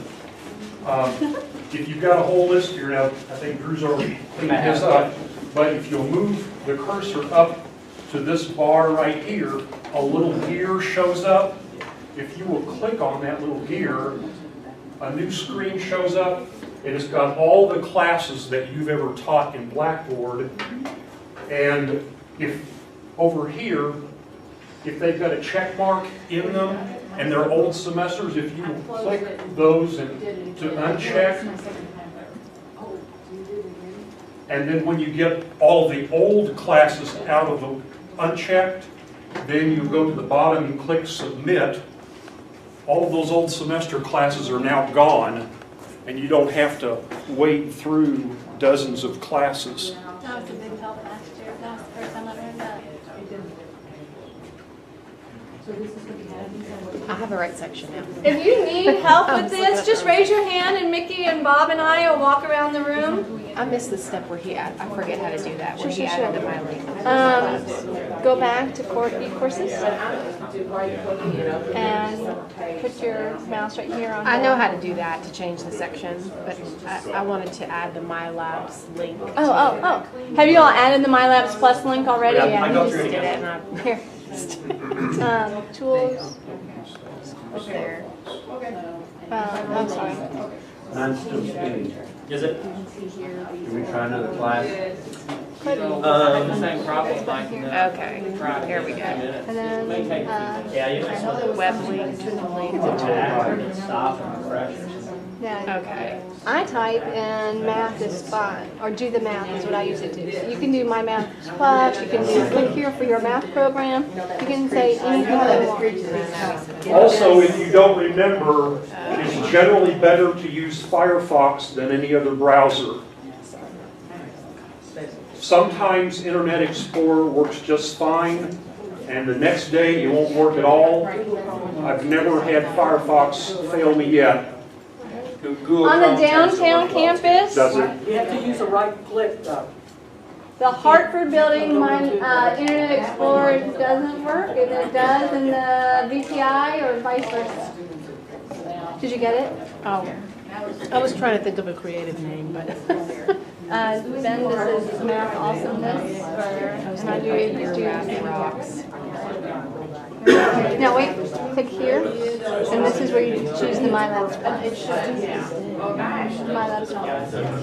Thank you so much. You're welcome. All right, any other issues with Blackboard before we move into My Math Lab? Everyone else is open. Mine aren't working for you. What's happening? We just keep going and going and going. Okay, Mike's was circling like that, he just hit back and it loaded itself. So just hit the back button. You got a bridge error? Okay. Was it for the 60? Oh, weird, I haven't done this one. Mine has that error code 106. Yeah, that's error code 106. I feel like this happens to me every semester. My left plus. Are you downtown? No, I'm in Carrollton. You're in Carrollton? Bob knows something as well about that. There might be an error with your call number. Yeah, can you get Stephanie and Benita to sign?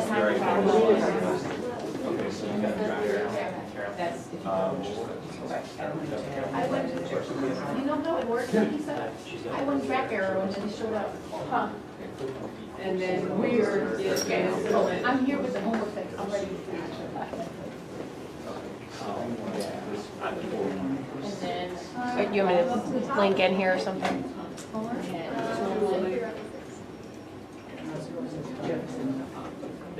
That means that's because they haven't Go been back. classes over yet. Who does the Carrollton classes? You do the Carrollton? I did them yesterday. And the ones that are open have been populated. Yeah. Just go back. Go to e-courses.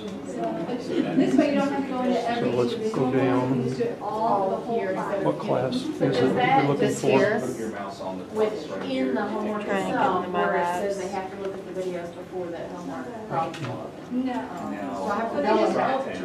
They can just You open. keep moving it too fast, I'm trying to Oh, read the I'm numbers. sorry. Go Okay. back to e-courses. Okay, you want to see that. Go ahead and do this and then we'll do that next. Okay. Okay, so once in the actual My Math Lab Plus course, as we've been doing for several semesters, there is a general syllabus already loaded into the course with information that's valid for every campus across the college. Okay, there's also a PACE that's been loaded in already, so the students have a reference of what they were supposed to be working on that week. Something that is not loaded because it's specific to your campus and also specific to your class as far as final exam day, last day to withdraw, and things like that, is the section syllabus.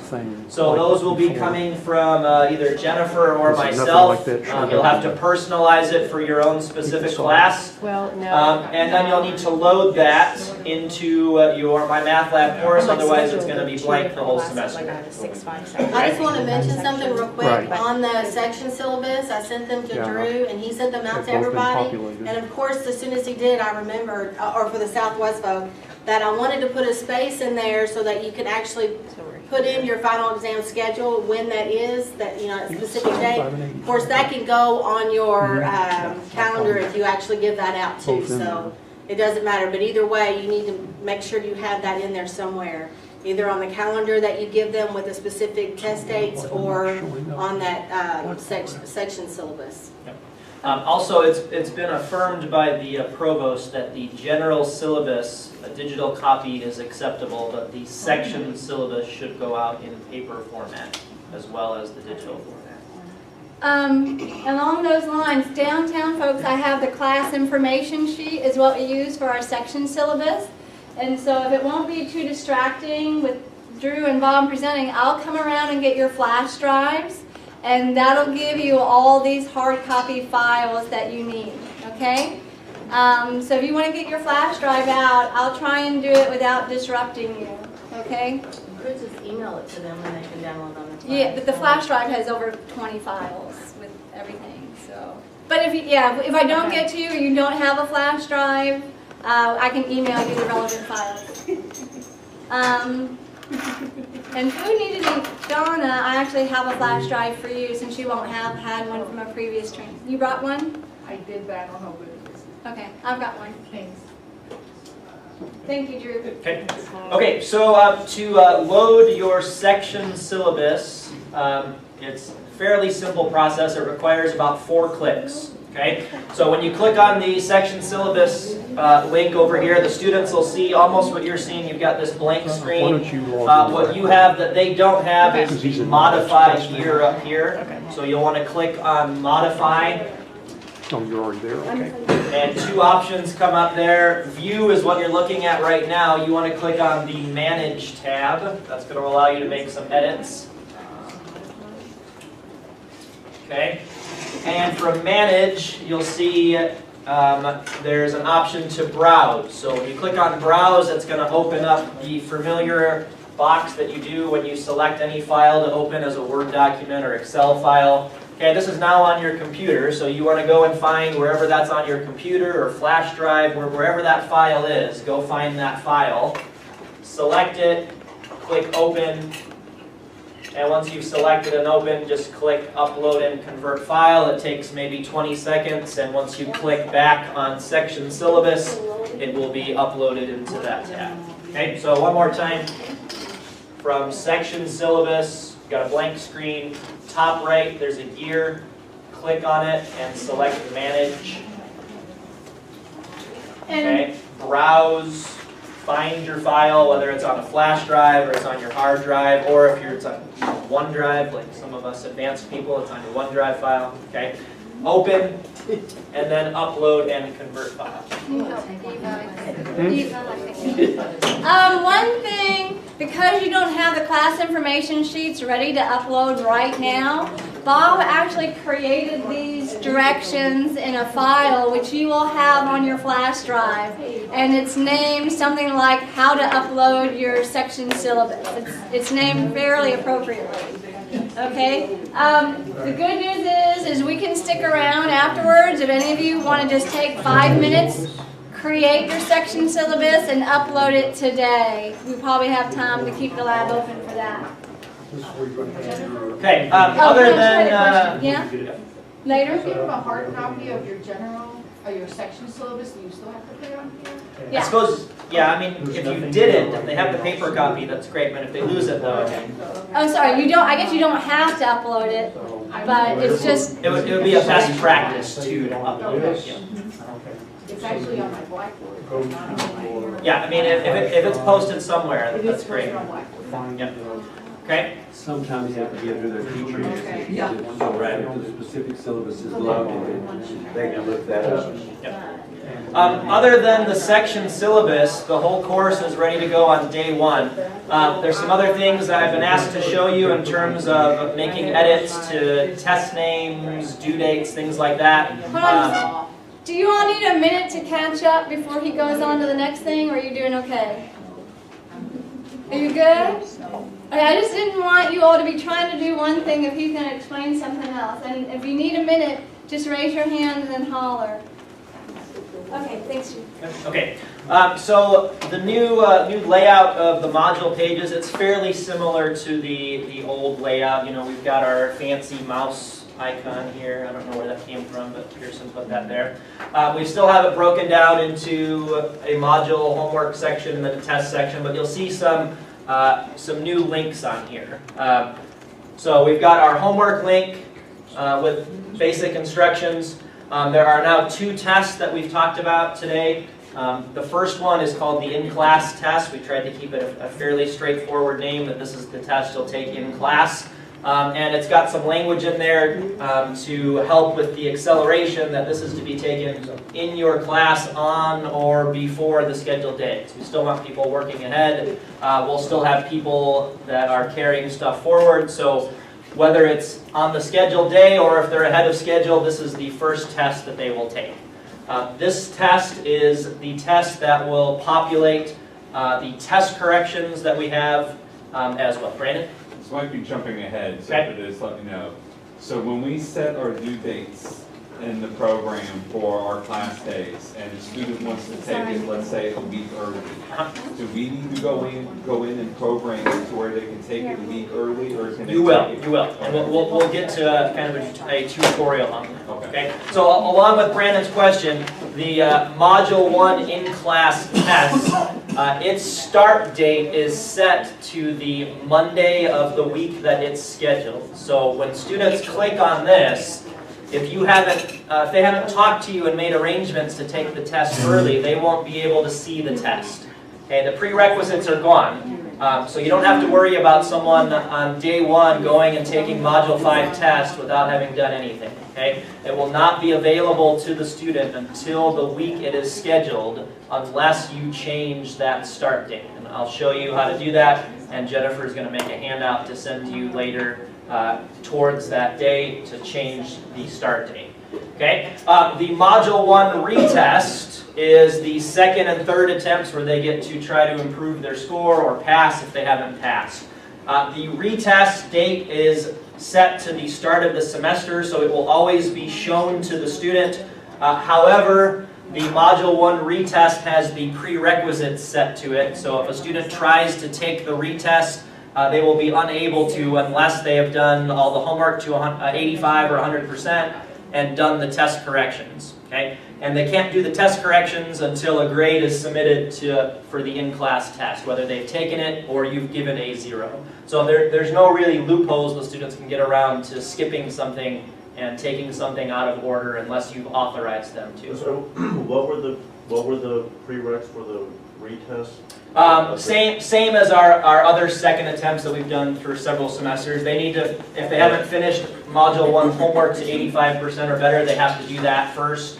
Once they've done that, they have to do the test corrections assignment, and then they can retest. But is one of the,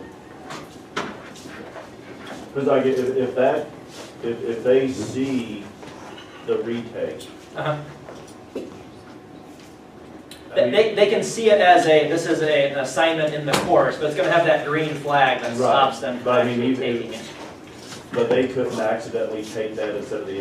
No, Okay, so, okay, and that's, okay. This is a training course I created for Bob and I to use, so the dates are not what you'll see in the real course, so just you can see everything. When they click on Module 1 in-class test, all they will see is the Module 1 in-class test. So there won't be another option there to click something else, okay? And furthermore, when they click on the Module 1 retest, again, that'll be the only thing they see, and we've got our green flag that will stop them from taking that unless all of those other things have been done, okay? And same thing with the sample test. When they click on sample test,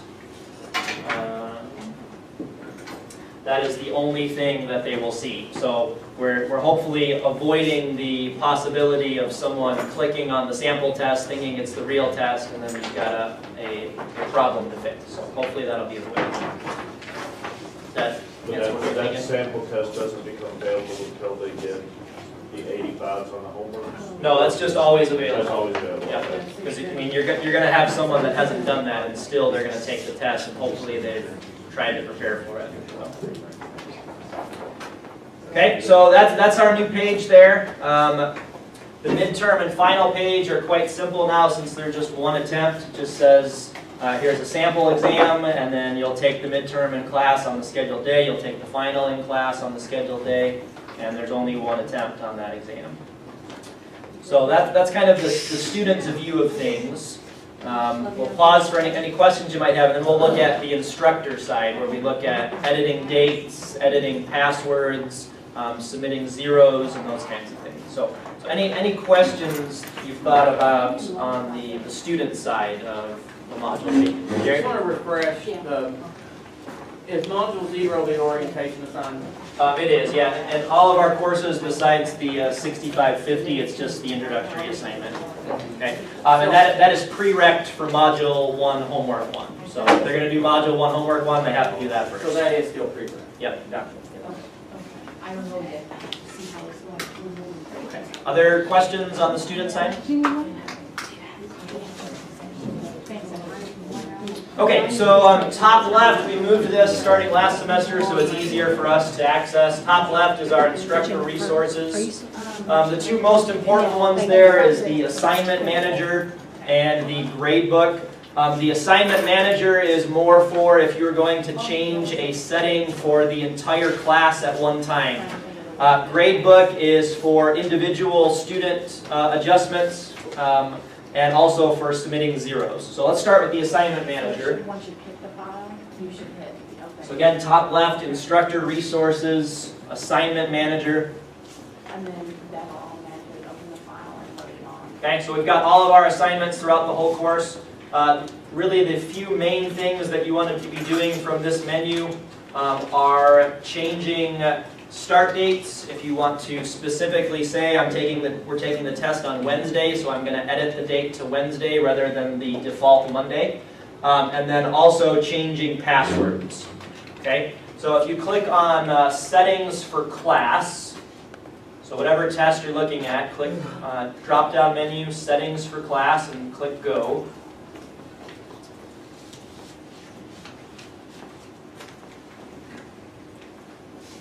Okay. Again, this is a training course, so that the start date is different so that we can actually see them when I click on everything. But the available date will be the Monday of the week that it is scheduled by default. And again, if you want to change that, you can change it to the specific day. If it's a Wednesday test date that you're going to use, you can change that to Wednesday. Okay. The due date by default is Friday, since there are some Friday-only classes. So again, if you want to completely take out the possibility of someone getting that after the in-class day, you can change that to Wednesday, for instance. So if you're testing on Wednesday, you can make that, January 23rd, Wednesday. Start time is start time of my class. End time is 5 minutes after class. Whatever you want to do. Okay. The other thing you can do is change your password for the entire class. Okay, so there's our default password. Those are set for in-class and retest, the exact same things. Again, if you've got someone working ahead, you want them to be able to possibly test in the lab, so it's the same passwords for in-class and retest. And it's been said several times, if you're going to change that to put on the board, make sure it's something much different than what we're using, so that we don't have a mid-semester crisis and passwords have to be changed in an hour and communicated to 50 faculty members. Okay? And of course, don't put that default password on the board either. John? That's showing the old password. It is? What class is it? 85. Okay, I'll have to check. You're probably not alone. Maybe it didn't save when I clicked save. Yeah, I'll get that fixed. Okay, you doing okay? Thank you, yes. Okay, so again, from assignment manager, whatever the test is that you need to make an edit on, drop-down menu, settings for class. You can change the start date, the due date, and you can make a password for your in-class test that you can put on the board. Okay? If you don't think it's going to be too much time, of course, you can go run and type in everyone's password if you'd like to do that as well. Okay. One other thing that you can do from the assignment manager menu, there's actually two ways to do this part.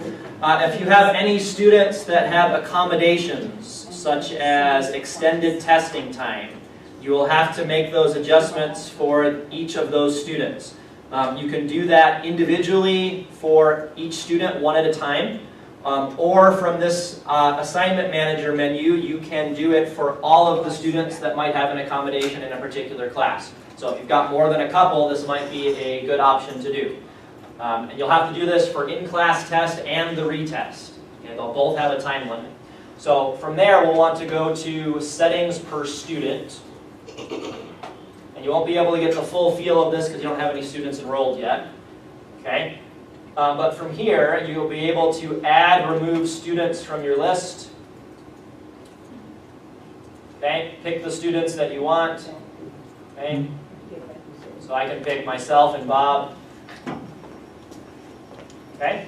And I can change my settings for either both Bob and I together on the screen by clicking, selecting both of our names and applying to selected, or I can just do them one at a time on the far right, change my time. Okay, so if it's double time, you want to change it, well, or match. We'll go ahead and 37.5. yeah, make sure they get their 0.5. Okay? So again, either you can do it one at a time, and I'll show you that through the grade book, or settings per student, select all of the students that it affects, and then you can change their time. You'll need to do that for the in-class test and the retest. Okay? Make sure they get that time that they're allowed to have. Okay. That's about it for the assignment manager part. There's going to be some more things in the grade book. I want to mention something real quick on the password. Jumping back to the password. I taught 150 class separate from redesign, but I did a math on there, and I would just password protect it. So we went in the class, I would have it open up just during that class, and I would put the password on there. And it worked great. So that way they put the password in, we're done, and I did it for every test. But the issue that I found is that I only had, over the several semesters I did this, 2 students, but you need to make sure that, because they're going to learn that, that's going to open up, and then the next time they're going to wait and be at home where they can use notes or whatever. So if you do it that way, which I do, that's fine, but I just make sure that whoever's absent that day, you might want to check real quick and make sure they've not accessed that test at home. You see what I'm saying? I think I might have missed the very first part of that. If you were, like if I opened my test on a particular day and I gave the password on the board, Oh, yeah. they could automatically, somebody else could have, text them the password or whatever, and then they could access it there at home. Or if you just opened it without a password at all, just took the password off so that they could go in, you just need to make sure that nobody's at home taking it at home.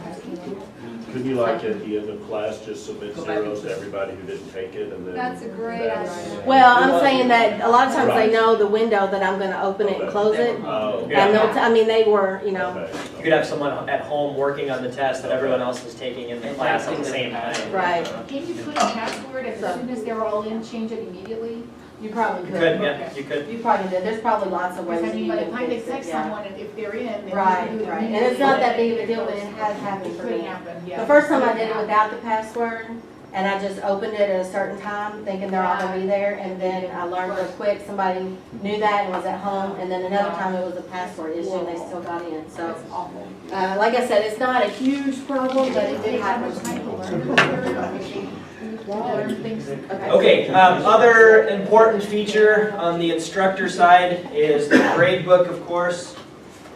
Lots of things in the grade book, from basics of recording their final grade at the end of the semester to making changes to grades throughout the semester. So one of the things we haven't had to deal with is students that are missing assignments, because it's possible that someone takes the Module 1 test, passes it or doesn't pass it, and moves on to Module 2, and perhaps they've never done 3 or 4 of the homework assignments. The way my math lab works is if there's no grade recorded, or if a student hasn't attempted something, it does not count in their grade for or against them. So it's like it was never there. Okay? So anything that's missed needs to be recorded a 0 for. So the best way to do that is after the due date has passed, after the 2 weeks have gone by, if you click on Manage Incompletes, okay, anything that is past due, meaning the due date has passed, will show up in red. Okay, so anything past due will be in red. Everything should be blue right now because nothing has been past due yet. Okay, so 2 ways that you can do this quickly is you can either select all past due. The danger in that, though, is that the retest at some point will be past due, and if they never took the retest, you don't want to submit a 0 for that grade because their in-class test is the grade they're keeping. Okay, so again, one way, select all past due, and then you need to be conscious and unselect retest. Okay, or you can just select one by one. If you're doing it every module, you're only clicking, up to 8 or 9 times at the most. Not too horrendous to click everything. Okay, so you just click anything that's past due. You'll also see on the right, it'll tell you how many students don't have results. So if an assignment has 0, you don't need to click that one. Everyone did it, or at least has some type of grade submitted. Okay, but anything that has a number, you make sure you want to click on that. And once you've clicked at the bottom, just click Submit, and there's your zeros. Okay, so each class, 30 seconds to a minute, you can submit all your zeros. Only catch is make sure you're not submitting a 0 for a test that they never took or didn't want to take. Now, if you, let's say that you had a student who did not complete all of their module homework before their first test attempt. Let's say maybe the last homework or 2 in a particular module they didn't even open. If you submit 0s, and then they have to go back and bring that homework up to an 85 for their second attempt. Right, so they're not going to be able to get into. Right, so you don't want to do this until after the 2-week window has passed, right? Because the due date. The due date for the homework is set to the test week, right? So the in-class test, our expectation is you've done the homework by the time we do the in-class test. And then my math lab has an option that I've selected that allows them to work after the due date till the 2-week mark. Okay, so every time they work a homework after the in-class test date, it's going to pop up and say, hey, this is late. You can still work on it, but this is late.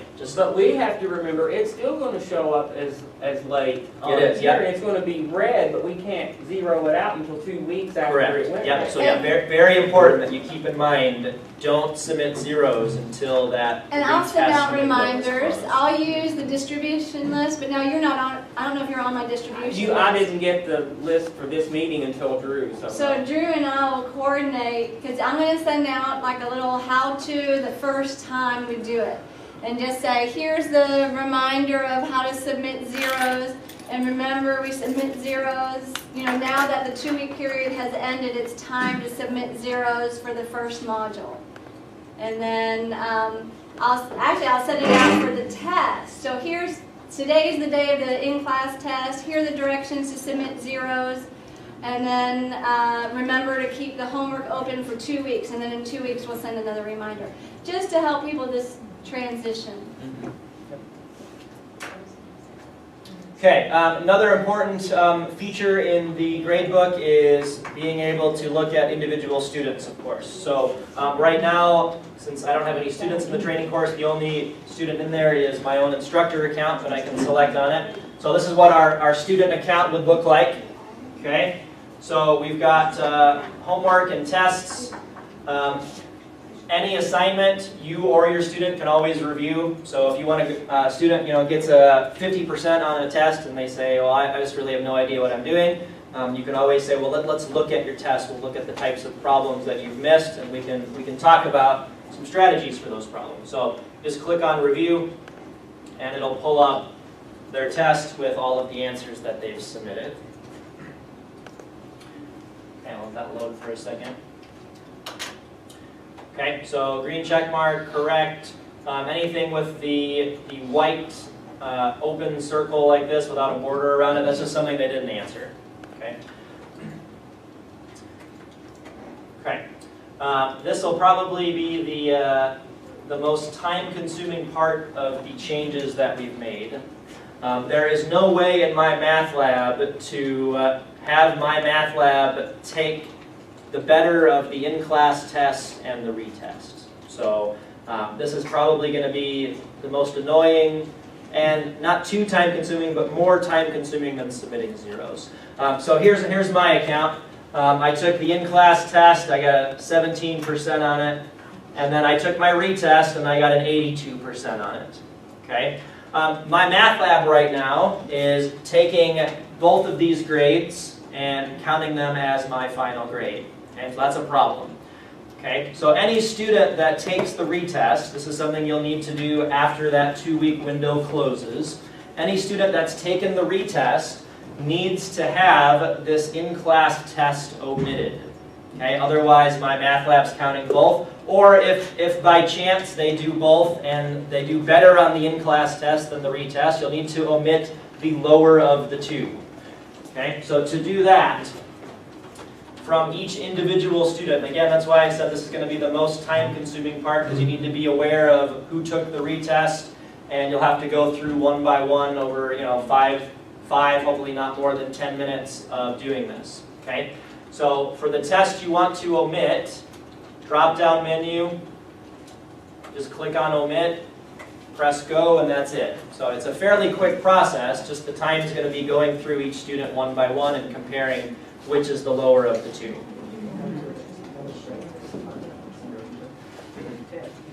Yeah. Yep. Just as a reminder to everyone, you may have also seen that there was an option to delete. You don't want to delete. Only omit. Yeah, just omit. Don't delete anything. Yeah. It never happened. Okay. Why not delete instead of omit? What would be the problem? It removes the assignment completely.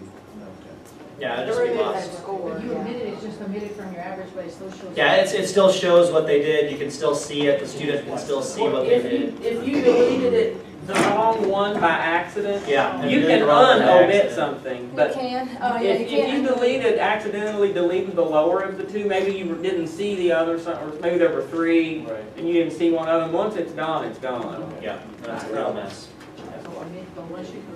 Now, the good news in this is if they've taken all 3 attempts on the retest on the test, you don't have to omit the second retest. Okay, since it's the same name, my math lab will take the better of the 2 retests. But the in-class test, there's no real way to program that, so you'll have to do this process for each module. Okay, so 65 and 85, only 4 modules, not too horrendous. Math 55, you'll have to do it 7 times, but. Okay.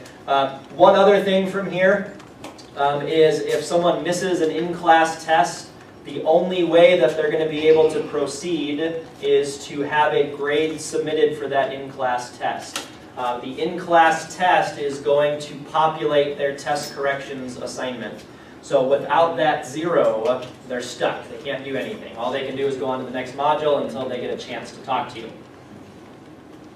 So it's been said a couple times, it's a good idea on the test day itself just to see who's not here and submit a 0. Not only for security purposes, but just so, you know, if it's Wednesday, they can start doing things between Wednesday and when they see you on Monday. Okay? So again, it's an individual process, but fairly simple. Hopefully it's not more than, you know, a few students. For the test that you want, I'm going to delete mine just so I can actually do it. Doing what Jerry said never do. Okay, so for my Module 1 in-class test, if I haven't taken it, it looks like this. Okay, no score. I just need to go to submit score for this student. Press go, and just quickly type in a 0, and OK.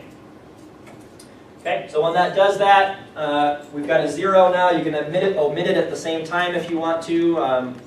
Because they'll either take the retest or you'll submit a 0 for it later.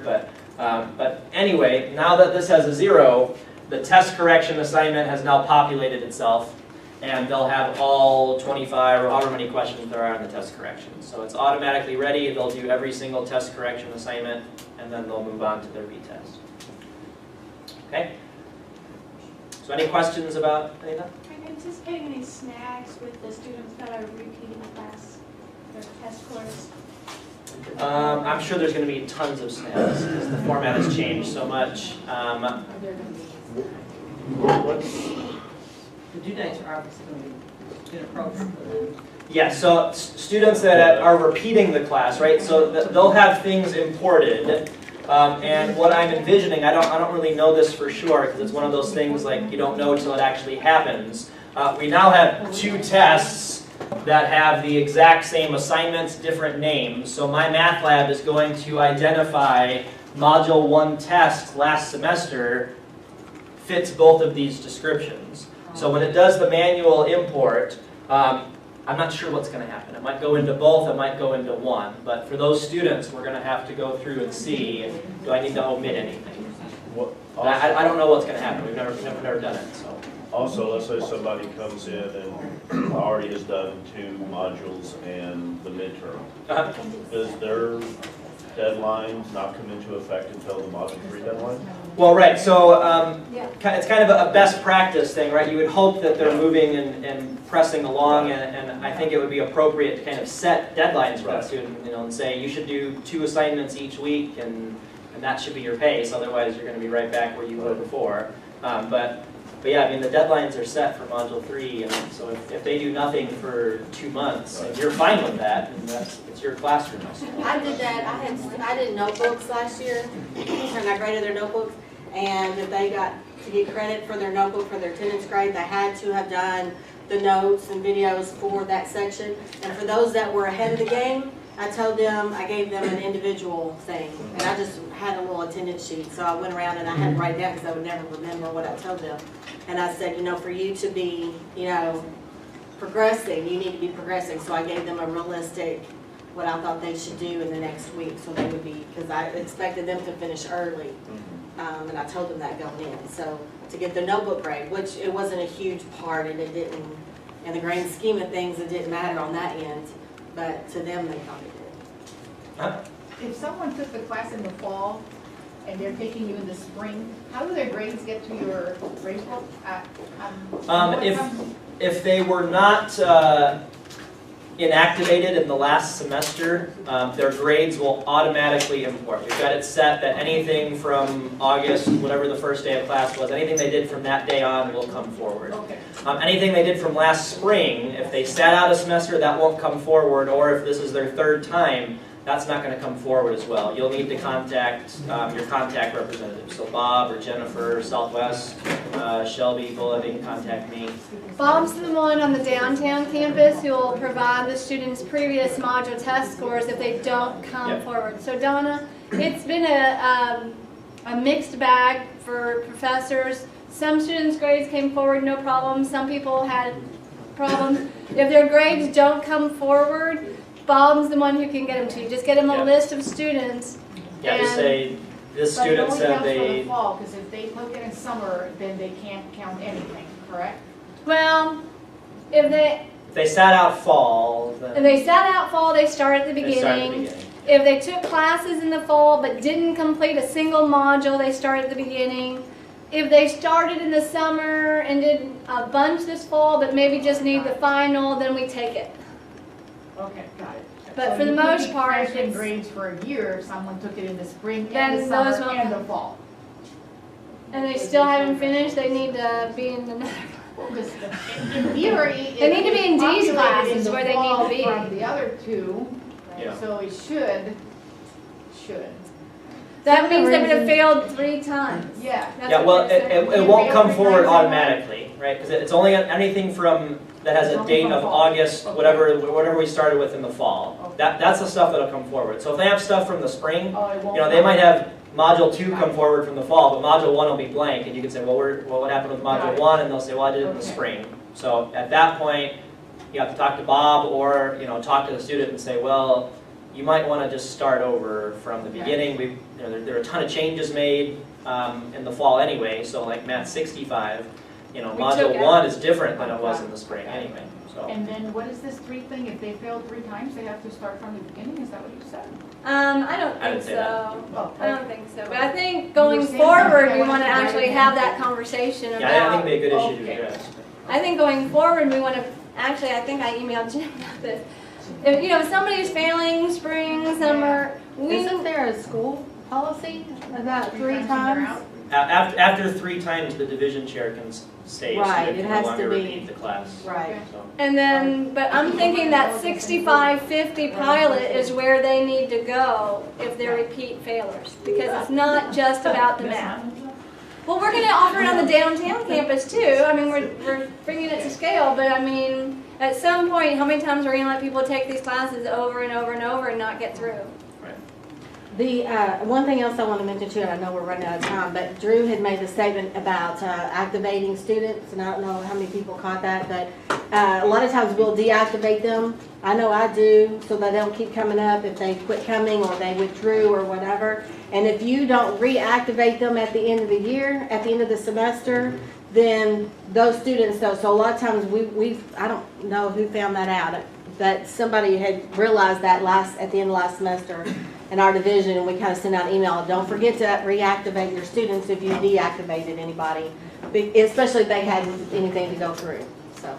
So the way it works now is that their fall work automatically imports. If So we they're don't not have to if they're not inactive in last semester's grade book, it will automatically come If they were an active student when grades were done, That's right. then it'll automatically be in there, and we only have to worry about Joe, will you take one? students that say I have work that comes forward and all right, 2 last things I'll show you. One more thing in the instructor gradebook view, and the last thing, it'll just take 30 seconds. It's been mentioned before. I just want to make sure everyone's aware of it. From your individual students' gradebook results, you can change settings for those students. I showed you one way to do that from Assignment Manager for multiple students at a time. If you need to do it for just one student, you know, if you have a student that's working in Module 3 and the rest of the class is in Module 1, you know, whether they're working ahead or they're carrying work forward, remember that in-class test will not be available to them when they get ready for it. You'll have to change the start date so that they can actually take that test. If you're only doing one student, you can do that from the gradebook itself. So you select the student you want to select. From whatever assignment you need to edit the start date for, just select settings per student from the drop-down menu. Okay, and you'll get this box, right? It's got my assignment name. It's reminding me this is just for this one student, so you don't accidentally change it for the whole class. It's telling you this is for Drew Wilkerson. Okay, and you can change from use class settings to use individual settings. And you can change that one student's start date. If you want to create a unique password for that one student, you can. You can change the time allowed, like we've talked about from the other page as well. Okay. Okay, and the last thing I have, it was mentioned before, someone asked about once the due date passes, can a student see their work or is it just gone? There's two gradebook views that you have as an instructor. The one we're working in is instructor resources. There's another one down here under final exam. That's the student's gradebook. If they click on that,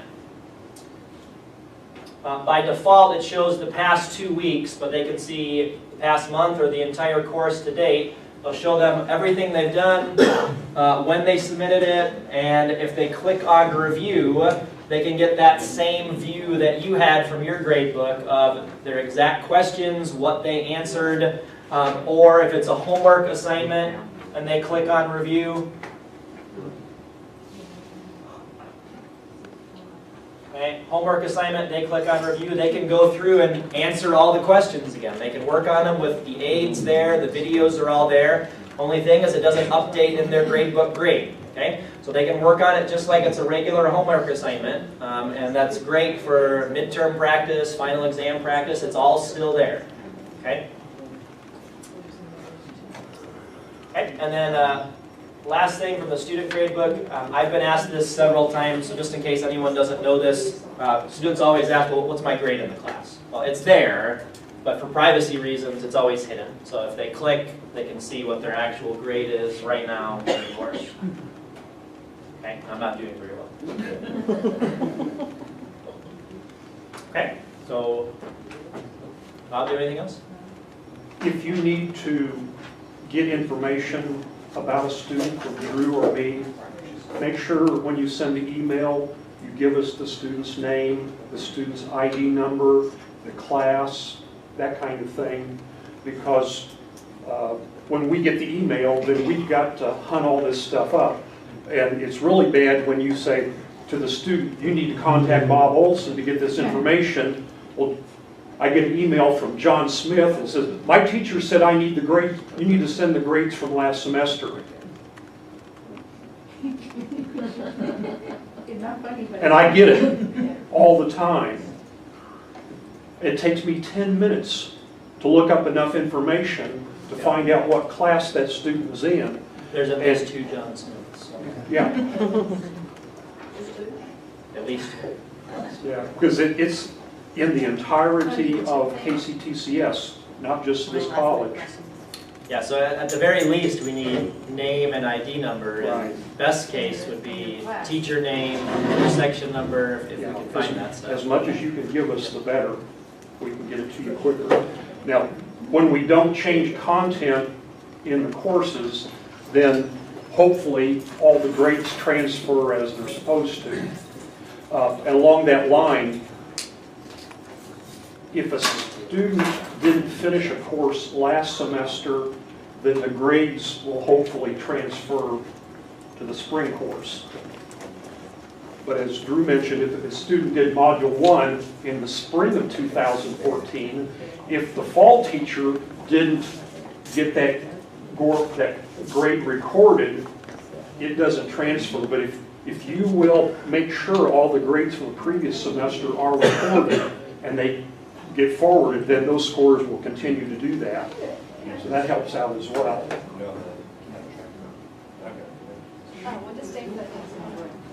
Okay. Any other questions at this point? I know it's been a ton of information.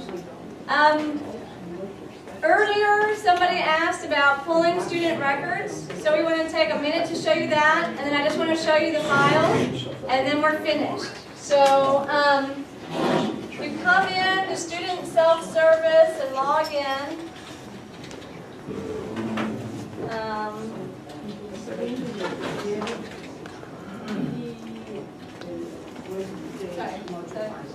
Okay, so I need that. Then I need a student ID number. You can look up by name. Just put in John Smith. He had to tell me, no, it already has. Student information. Yeah. Last name. But that doesn't help, Jennifer. They need to know this. Okay. They need to know the long way to get there because they don't have it in favorites. You don't. This is not what you mean. Historical. It is, but you have to show me the long way. I don't know what you're talking about besides just the generic. Okay. So do you have a student coming up? If you want to look up a student and you've never looked up a student Feel before, how you're gonna give you have to go through main menu. KT, it's not very intuitive because there's a lot of folders to look through.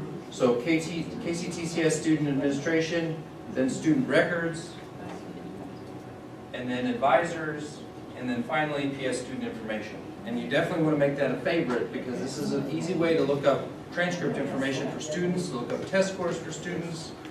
You can see whether your students have enrolled the next semester, if you're trying to advise your students to get into classes. You can see how many times they've failed Math 55. So this is a really, really important portal to know how to get to. And then you can see it across the top now. The Student Administration, Student Records, Advisors, PS Student Information. Once you have it once. Yeah. How do you put it in your favorites? I forgot how to do that. I think right down here, I think you just go to favorites now and click add. Okay.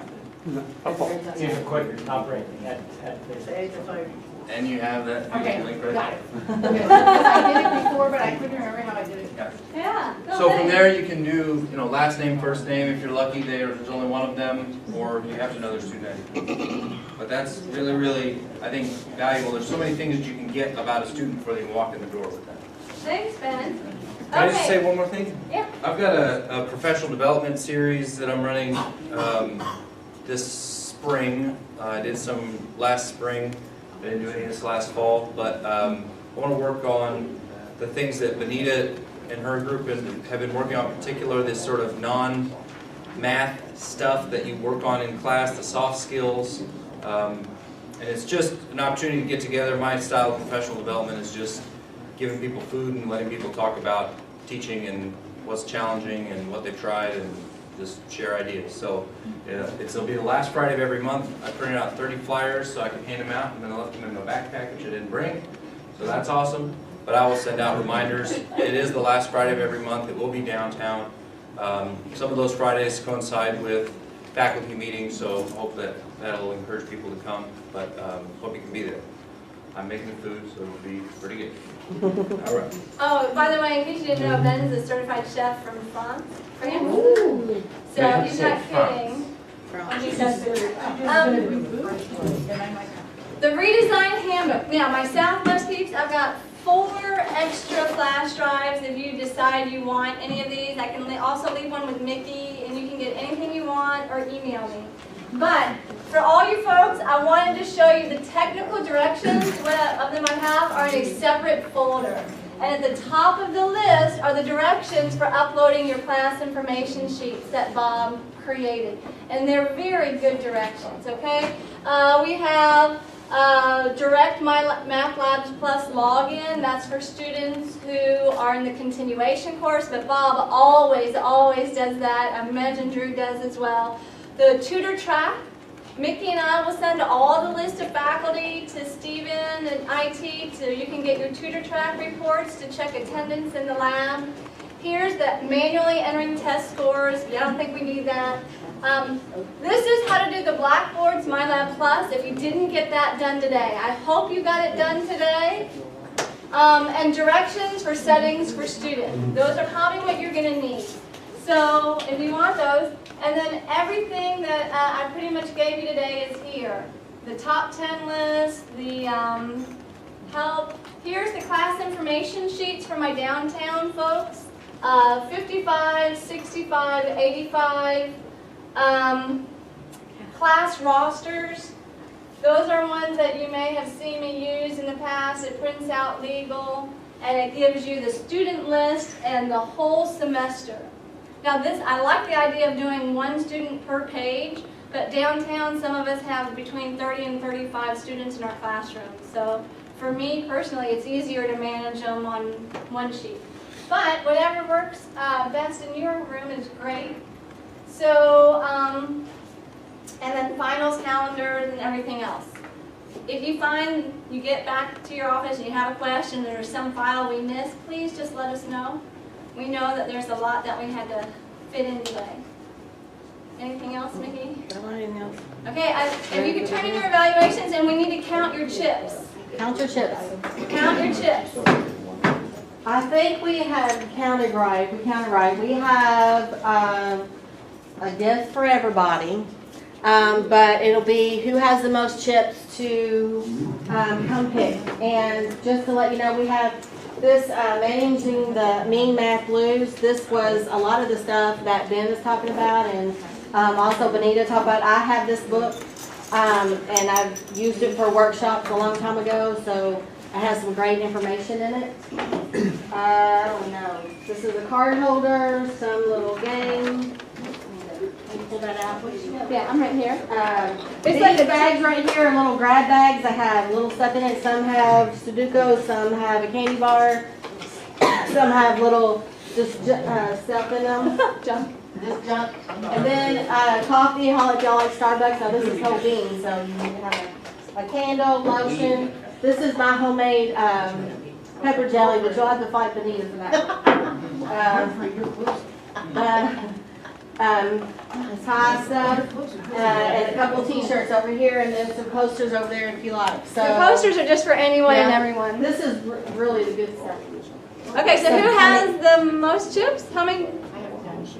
10? Somebody have more than 10? I got 13. 13? 13. We have 17. Uh-oh. Oh! How did y'all do that? Together. Oh, no, that don't count. No, so do you have 9? Okay, so I how had to many watch her. What, how? 13? 13. Oh, I mean, yeah. You can holler and be so happy. I'll take the book. There you go. I have to operate some.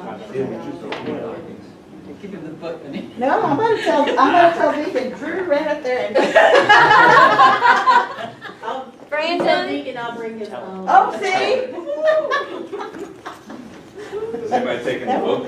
I did. And the pepper jelly's gone too? There's nice T-shirts and all kinds of You can change that size if you Who want. has Okay. between 10 and 13? It's at our campus bookstore. You got so 10, you can everybody go got there. 10? How many do you have? 10? 10? Come on. My 10 feet. Aren't you glad you Take this back. participated? You ready? Here you go, Jerry. I'll take them for you. Thank you. Benita. Jerry, did you put your chips in? I did. Yeah, we need those for our 205 and 206 class. You know, you can have that. Take the This right here? Oh, here's my things. Thank you. That'll be a meal. And then once you get your Say money prize, where we you're can. free to go. If you just turn in your valuations, that would be 8 really or 9? helpful. Anybody have 8 or 9? You know what I thought about? If I didn't get in trouble, I thought about, John, I thought about you being here and I had that homebrew at home. Oh. If I didn't know if I should. Where are these evaluations? By the front door. I just put a stack right there. Thank you, All right, Jerry. whoever else, come on up. We'll grab Is your keyboard ergonomic or is it just warped? Here are the grab bags. Because your keys. Oh, I see. I see. I thought that was the actual. I thought it was the actual key. Yeah, no, it's just kind of like a protector, and it's old, so. Okay, that's pretty much grab bags and a candle. Thing. How did you see that, Mickey? No. You need to please pick a bag. I went in through blah, blah, blah. And for 146, no problem.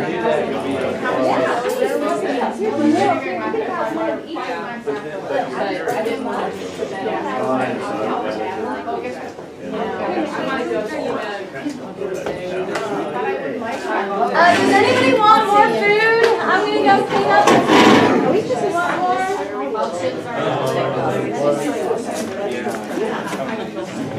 Okay, I'm gonna go serve you.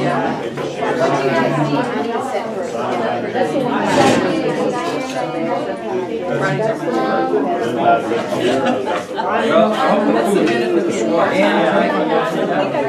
think I have the extra soda.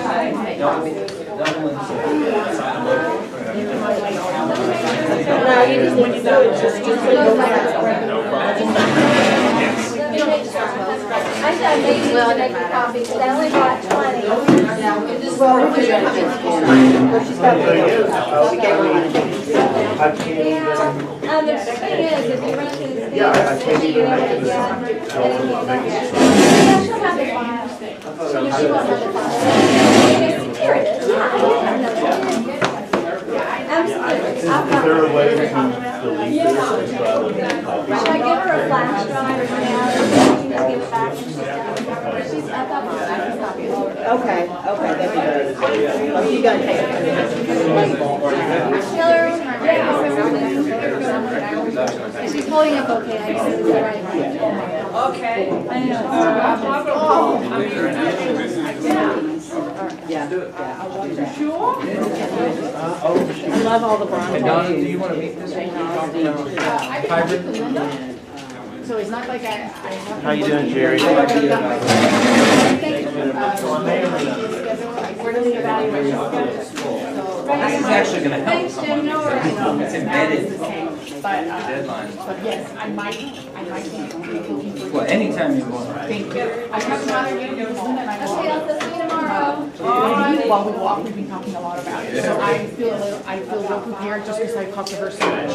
But I'll get your point of view, because I got her point of view, and I'll get yours too. I'm sorry, you were never in your office. You were never in your office when I was in my office, so I've been talking to her. Ben, are you gonna get a, you wanna just get a ride? Yeah, let's get rid of that. I didn't know.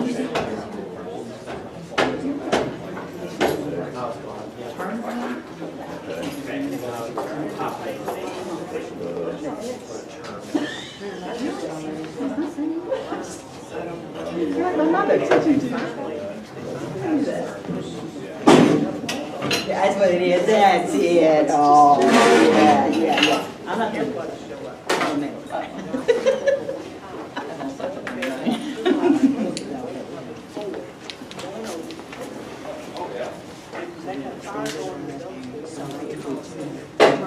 Did you do a great sheet this time?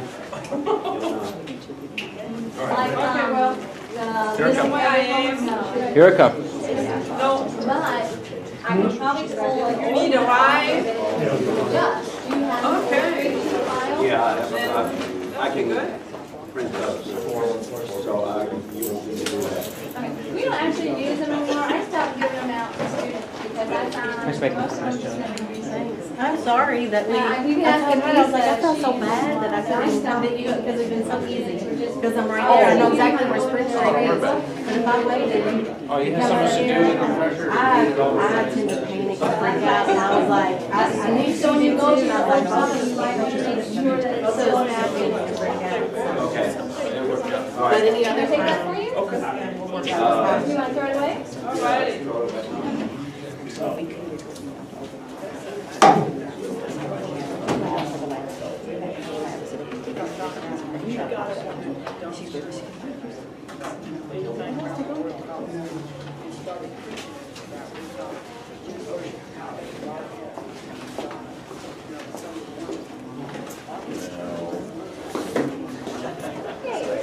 It was right there.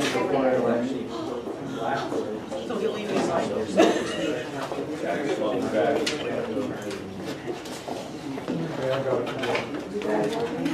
Click on this button down here.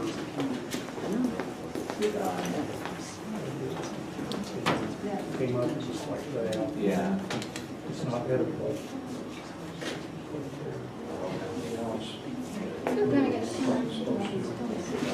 Yeah,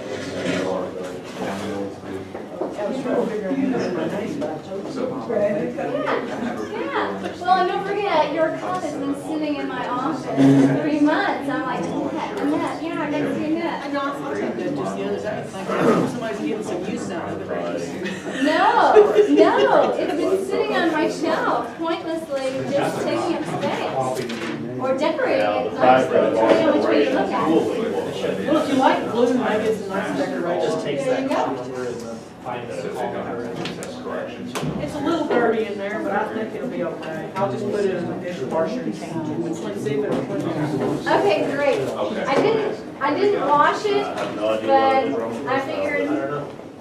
Well, it had chocolate milk, I took it in and I cleaned it out, so it didn't keep the chocolate milk, so what's in there is what's in the water. Okay. So I think it'll be okay. But if it's not, it's not. I do, okay, test I directions. was really kind of pissed I at go myself to for reading it because I liked I that. name it, and then under the name, there's an option. And the reason why I that liked it says is because statement. it's so much straw. Get into the You can text. actually take And that then straw out. when you go to the next page, And wash it it'll separately. pop up and ask you if you want to populate those. Okay, Say yes. my paper seems out. But all the others I have to take some off. That one I can. It'll do it automatically. So that box underneath. Yeah, that's the box for it. Okay. Mid assignments mastered on, select. Okay, well, how about Okay, and then when you go to the next, click next. Just email that to me, fill it out, and then we just email it to Dawn. It took me a little while, but I figured out how to break the straw apart and pull it out. Correct, yeah. You know, sometimes you find that stuff out by some of the And then the you extra start putting on the practice straw and both ends out, and copy the then test. Did I break it? Well, my first one is, did I break it? No. Copy test correction. And then I go in and Down on it? edit that box. Does anybody need Expo markers? Are they Oh, because it takes away the. No. It takes, No, well, it there's takes away both now. the master, like the whole thing, and that way it copies all the use second Lolo. priorities. I want to It's use different, it's just copying it. I want you to give them to the students. Yes, it does the homework. Copy the test. I'm gonna try and knock that out right now while it's fresh in mind. If I have any questions, I know where to find you. So, what courses? Yes. Now I'm gonna do it real quick before I forget it. There you go. You're on the same course, right? Actually, what do we need to one from last semester? Who you're following. I changed those in that last semester. We taught that all. Yeah, I've already done homework, then, I think that's excellent. Was that, not that important? It's not been on my math class, but they said that, I'm thinking that they may not get it. It may be that they have, that's fine. That's what you meant. It's only 1 week. And the statistics has been. You taught that last semester. I didn't teach it I'm last sorry, I semester. didn't know. I think Karen Bernstein's full. Okay. No. But you do every day do it. I can find out the shadow. Oh, how, lucky if it's a Monday, Wednesday class, I do it on Wednesday. One of the other. Well, I can look. You know, I anyway, hope I didn't they- say 3 to 6. It didn't come across that way. It should be in there. Okay, so that one's new, the other ones are existing. Okay, yeah, I can get that. Yeah. today. It is on the top. And then- All right. But I printed it in cardstock and I forgot to tell you. You want to take one? No, I don't need that. Yeah, That's it. take. I don't need them. But we can do a lot Hey of math. Drew, why don't I leave some of these? Why don't you do that? Yeah, those are in cards, I'll put them in the, You know, we have. in the card though. Do it in card stock. Oh, no, we don't have credit. Oh, do you need more? We just have them on paper. How many do you need? Do you like that they're on credit stock? She's a special candidate. She knew you'd have to fight somebody. It's the special things that make a difference. Yes. Take a flash drive out. The best. And I actually believe that. I'm not just saying it. Well, you have this. Here, you like hot stuff? No. Let me, give me like 1 minute and I'll be ready to go. Those are good. All right, I will see you all. They're hot. See you on Monday. Period of time.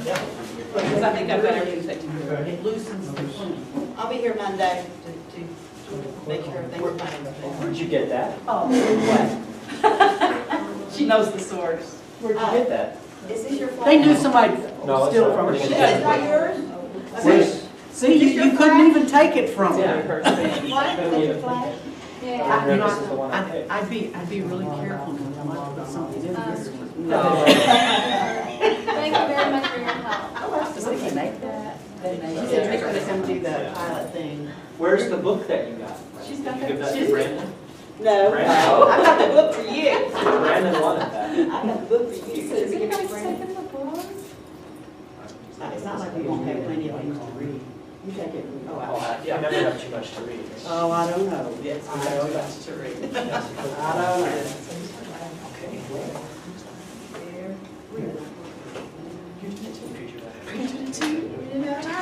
Oh, yeah, Georgia. Let's do it first. No, I applied first. He couldn't get his stuff together. All you have to do is say, hey.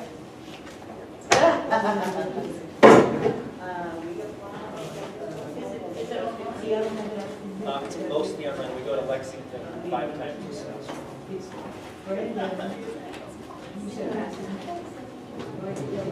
Oh, yeah, you can just click back here on and then click, Yeah, some of us actually had to put it. and then that way, so all the information you see, you Yeah. just go back. I put 3 right. And if you want to write that class, She had all kinds of writing samples for me. It's in the policy.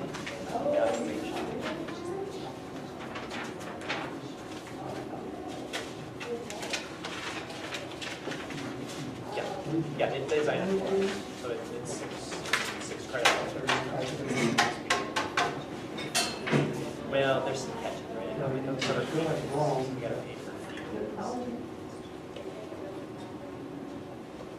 Yeah, I saw that. That's why I wrote off question. I was looking at wrote off question. Their fees were out. You can't just see it.